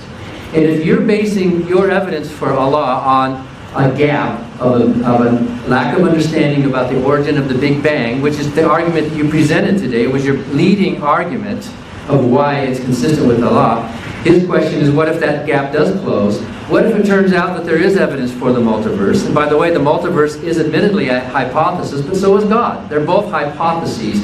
By the way, the multiverse is a simpler hypothesis than a creative being who has this complex mind. That takes more. If we're going to follow Occam's razor, a multiverse is a simpler idea than this idea of this being that exists without any explanation of its own. So you did not answer the question, and I think I did answer your question. I would believe, yes, if there were evidence, I would believe, and I would say I was wrong. I would admit it. But that doesn't follow that I would admire or respect any of those gods in the revealed religions.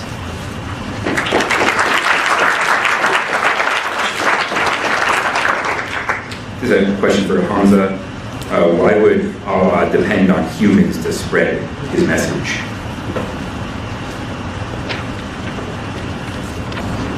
Thank you for the question, dear questioner.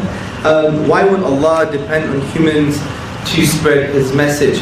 Well, there are two things here. First and foremost, we believe that we don't guide people, we don't bring people to truth. I mean, we believe that, you know, between the fingers of Allah is the hearts of man.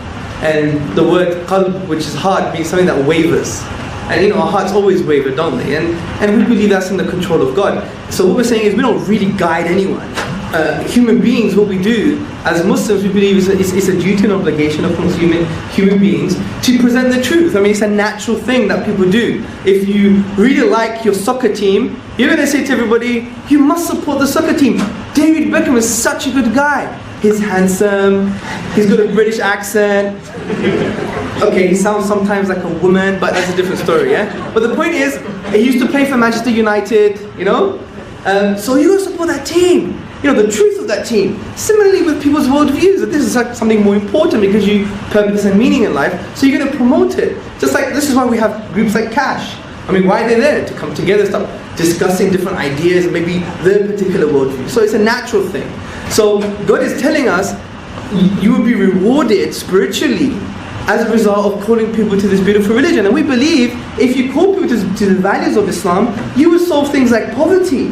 Like the number one economic problem in this planet is the problem of distribution of wealth.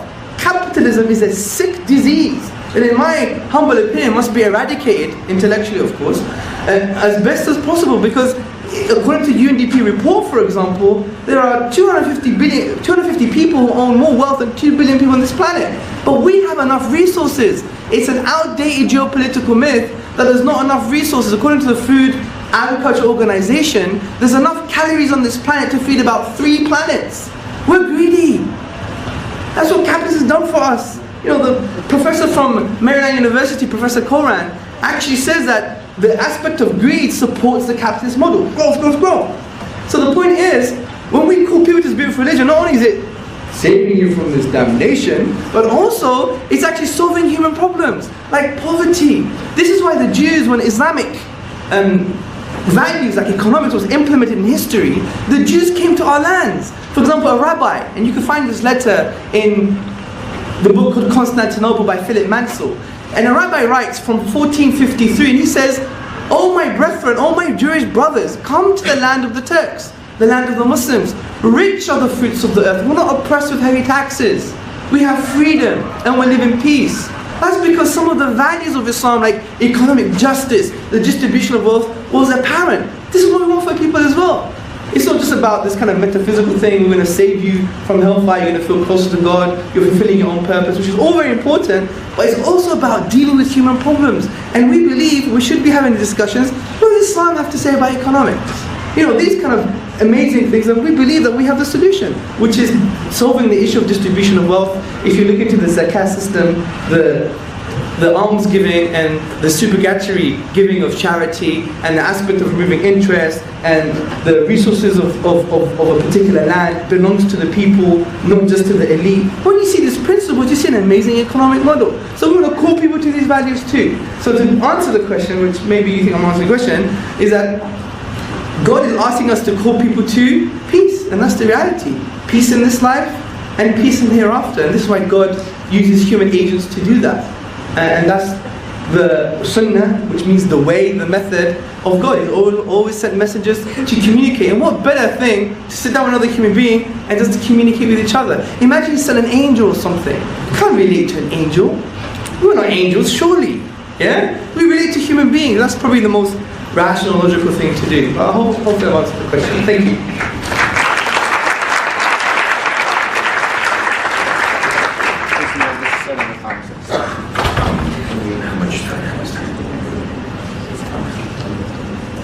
Okay, next one for Dan. What is it that keeps your common man from committing crimes if it's not fear of punishment?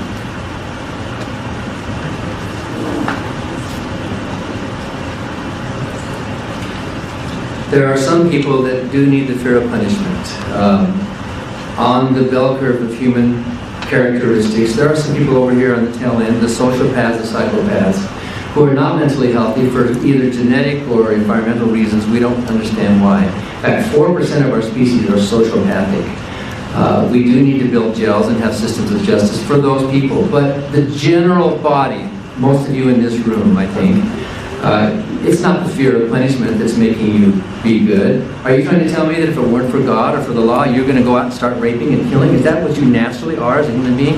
We come prepackaged with instincts that are positive and negative from our ancestors. We come prepackaged with instincts toward altruism, toward empathy. We share that with other primates and other animals who also cooperate and share because it's good for the species. We're a social species.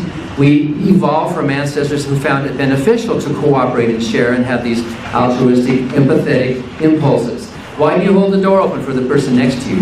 Why do you, without thinking, reach to grab a baby that's falling? That happened to me once. These are natural instincts. We are naturally good people on balance. It depends where you fall in that bell curve. So we don't need laws for that. We only need laws for the extremes. If you read the headlines, it makes it look like, whoa, the human race is really violent. But actually, Steven Pinker's new book, The Better Angels of Our Nature, shows we are actually less violent now than ever.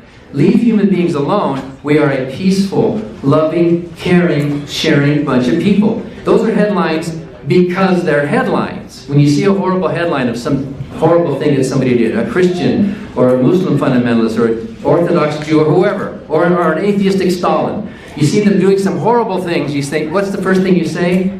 What an inhuman thing to do. We assume that the human thing to do is good, kind, sharing, compassionate, altruistic, which comes with us through our evolutionary heritage. So I can tell you right now, I'm not holding the door open for the person behind me because I'm afraid I'm going to be punished if I don't, or because I want reciprocal altruism from that person if I don't do that. By the way, there are other studies that contradict the studies you show about charity and the religious. George Barna, for example, he's a born-again Christian, has studied born-again Christians, and he says there's no difference. In fact, atheists and agnostics are underrepresented in prisons.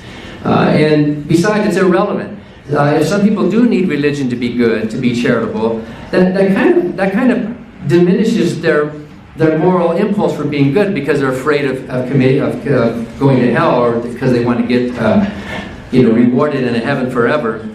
But the average believer, it's kind of like saying, oh, look at how the behavior of children improves dramatically during the middle weeks of the month of December.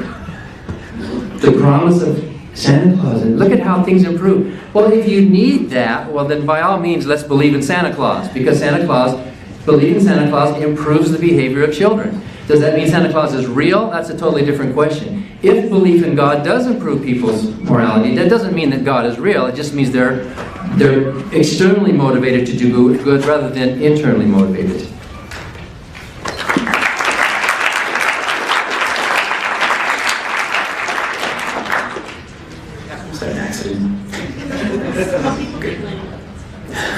This is another for Hamza, more on the natural explanation stuff. The question is, does God influence people's lives in some kind of empirically measurable way? I know you cited the well-being research that shows that people who participate in religious institutions are frequently happier. I think the question is there, well, that's any religious participation, right? Is there some reason to think that Allah, is he detectable in a detectable influence in the lives of Muslims? That's a very good question, which relates to the comment that Dan Barker was actually talking about when he's saying there's evidence that born-again Christians, and there's no correlation between differences of religious or atheist groups. But then again, I was talking about longitudinal studies that don't just include born-again Christians, but all religions. So you can't use thousands of academic studies and bring something that's very small based on a specific community within the Christian community. That doesn't follow. And what I'm saying here is not that you need the moral motivation of fear of hell to do good. All we're saying is the concept of God and loving Him and want to come close to Him actually is an added moral motivation to do good. So it takes already good people and makes them better. That's the point I'm trying to make. Now, in regards to, does the belief in Allah, does it change human life? That's the point here. Well, it should, essentially. The belief in God, or the belief in having an ultimate purpose, an ultimate vision, an ultimate meaning in life should change your life, because you're not in an existential anxiety anymore. Because if you really think about the logical conclusion of an atheist worldview, then we have a self-delusion. Because we say, I have purpose, I want to be a preacher, I want to be a Dan Barker, I want to be an engineer, I want to be a doctor. But it's self-delusion, because it's basically saying, let's pretend to have purpose. Because the underlying reality of our life is almost purposeless. And this is why the French existentialists like Jean-Paul Sartre and many others who talked about the nausea of existence. Albert Camus, the half French, half Algerian philosopher, said existence is nauseating because it's purposeless. Why is it here? Arthur Schopenhauer, what did he say? He wrote an essay on suicide. So did David Hume, by the way. And basically, Arthur Schopenhauer was basically saying, I wish the universe never existed, because he really thought about existence itself. And I would argue that many of us, we don't think about existence anymore, what it means to exist. You know why? We have the iPhone, we have email, we have Facebook, we have Twitter, we have kids, we have 9 to 5. Or in America, it's like 8 to 8. You guys work too hard, man. Yeah? You have capitalism, the drive to earn more. We define ourselves by a lot of external things sometimes, unfortunately. Yeah? So the point is, we have all these things that veil our thinking. There was a Times magazine study done that took normal professionals and said to them, think about your life for 12 hours. No work, no nothing, think. 80% of them, or more than 80%, they broke down. Because they suspended those existential questions. What does it mean to be me? What does it mean to exist? And that's why the Quran talks about this existential question, saying, if you reject God, God will make you reject your own self. Because worshipping God is so intrinsic to who you are. Because you're going to worship something anyway. You submit yourself to the pilot when you're on the plane. You're not going to go on the plane to the pilot saying, I don't want to submit to you, let me ride the plane. Yeah? Then you have to pray to God, because you're going to die, man. Yeah, as I say, there's no atheist on the sinking ship. Which is quite interesting, because there was a study done about the Titanic, right? And when there were people like basically on the boats and they were freezing without pneumonia or whatever they call hypothermia, and all the atheists were actually, guess what they were doing? They were praying. They were praying. What else are they going to do? You must have prayed. Yeah? So that was quite interesting. I thought it was a funny thing to add anyway. I can send you the link. It's BBC files. BBC British something broadcasting, yeah? Anyway, so the point is, God should have an effect on your lives. And we believe adopting the concept of oneness of God should have an effect on your life. Think about it. If you accept that there's one powerful deity being that you should worship and that's your life, that frees you from the shackles of creation.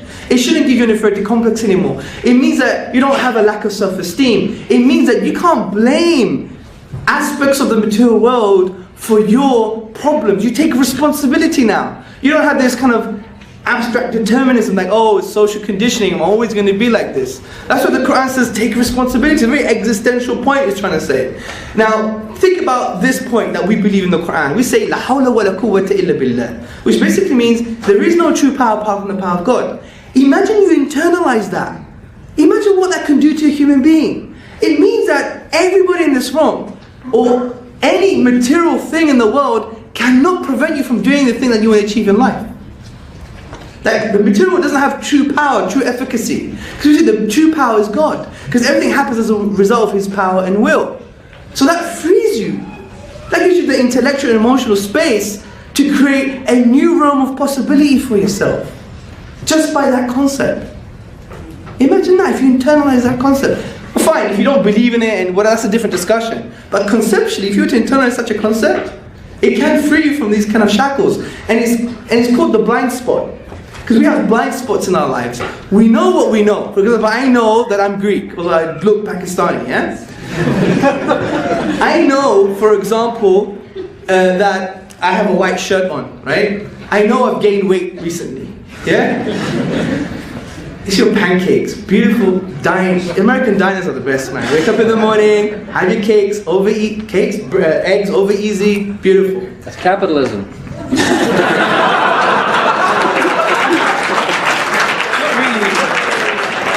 Not really. It's called food. of a difference. I mean, communists don't eat, socialists don't eat. You know what? The only people that eat are capitalists. Yeah? Anyway, so the point I'm trying to say is, I know that I know certain things, but I also know that I don't know certain things. For example, I don't know anything about rocket science, so I know that I don't know about rocket science. But there's an aspect of our life that we don't know, that we don't know, that we don't know. And that's what you call the blind spot in your life. And you could only free that if you have concepts like, there is no true power but God, because it gives you the new realm of possibility to achieve things that you can achieve. It's an existential point. It's quite deep, but it requires more discussion, but that's the point I'm trying to say. TikTok? Thank you.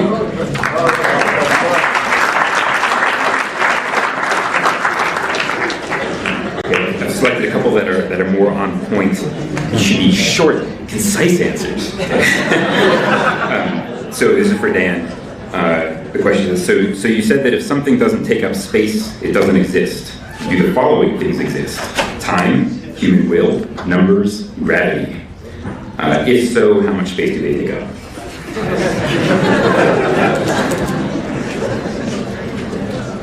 So who's the preacher?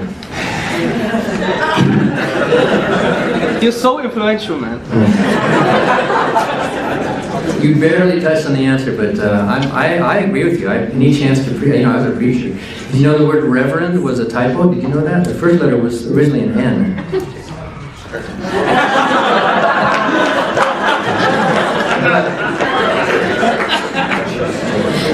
Time is not a thing. Time is not a thing. Time is a concept. It's a dimension. It's like, how tall is this podium? Well, we measure it, we assign a 0 point to this podium, and then we measure so many centimeters up to here. But how long is the dimension? It's meaningless to talk about how long is the dimension. There is no such thing as a dimension. It's a concept in our brains by which we make measurements. So time and space, those things are dimensions. The other concepts that we talk about, yes, there are many concepts that exist, but a concept exists only within a brain. Just because I have a concept of something doesn't mean that it exists out there. That's called reification. When a brain is functioning and is making labels to refer to objects or other functionings of the brain, even the word mind is just a description of a function. There's no such thing as a mind. The only thing is the brain. Then these things can be measured. You can look at mental activity, you can look at neurons firing, and you can say, oh yes, that person is having a concept within their brain. But things like you know, love and justice and free will, those are labels for concepts that define actions. They're not actually, you can't go out and buy love at a store. You can't go out and measure justice. You can't, you know, you can physically, if a God exists, a God is a being with a functioning mind of some sort. Somehow this mind is functioning, and it's functioning in a complex way. This mind is functioning in a way that you would say, well, if you found a watch on the ground and it was functioning, you would have to say, wow, how can that just be functioning without a designer? Well, isn't the mind of the designer even more functional and more complex than the thing that it designed? If there is this all-powerful Allah, its functioning brain has to be some kind of a thing up there, and by the design argument reasoning, that God also has to have a God, because otherwise you're just explaining one mystery with another mystery. You haven't explained anything. What evolution does is explains complexity not from more complexity, but how complexity arises from simplicity. So I think it's a mistake. Whoever asked the question, there's a tendency to reify a concept to turn it into a thing, and to think that God is a concept, and in Hamza's mind, that concept becomes a thing. He actually thinks God exists in reality somewhere. He actually thinks that that idea that was in the mind of Muhammad is actually a being that exists somewhere outside reality. He's reifying or deifying a concept.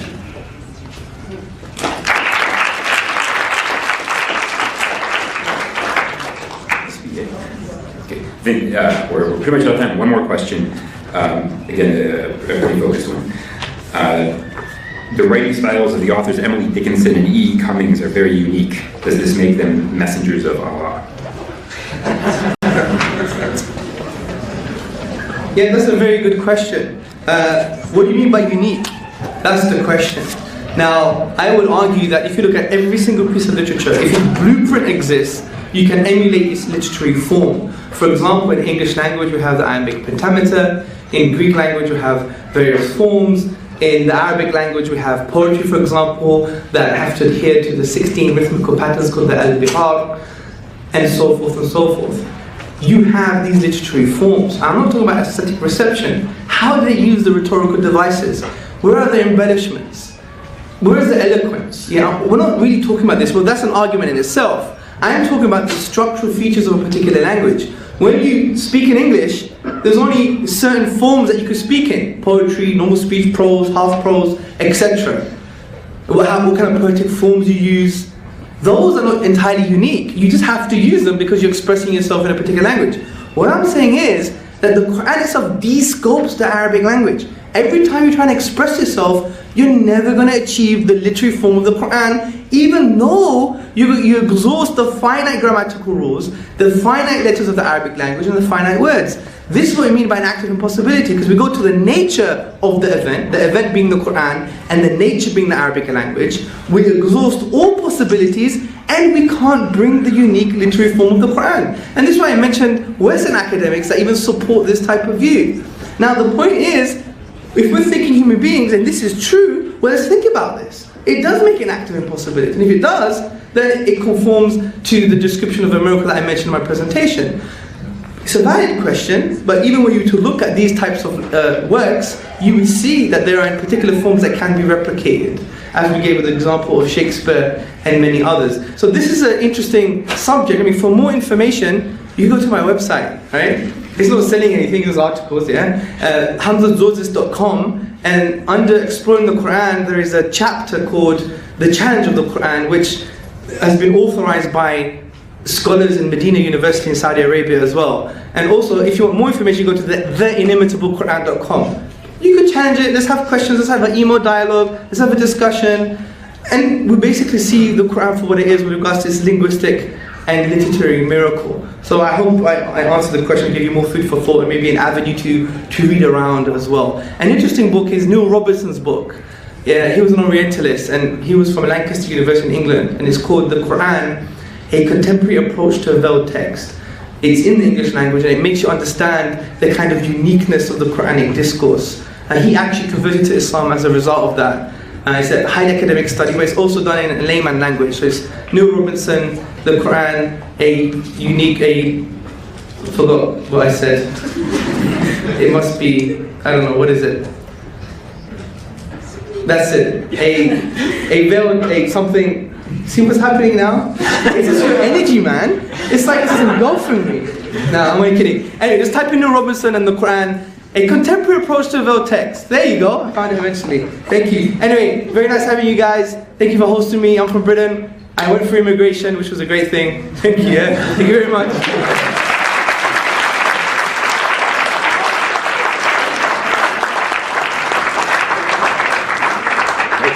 Thank you to Cash and to Building Blocks and to Dan, to Hamza. It was a fun night.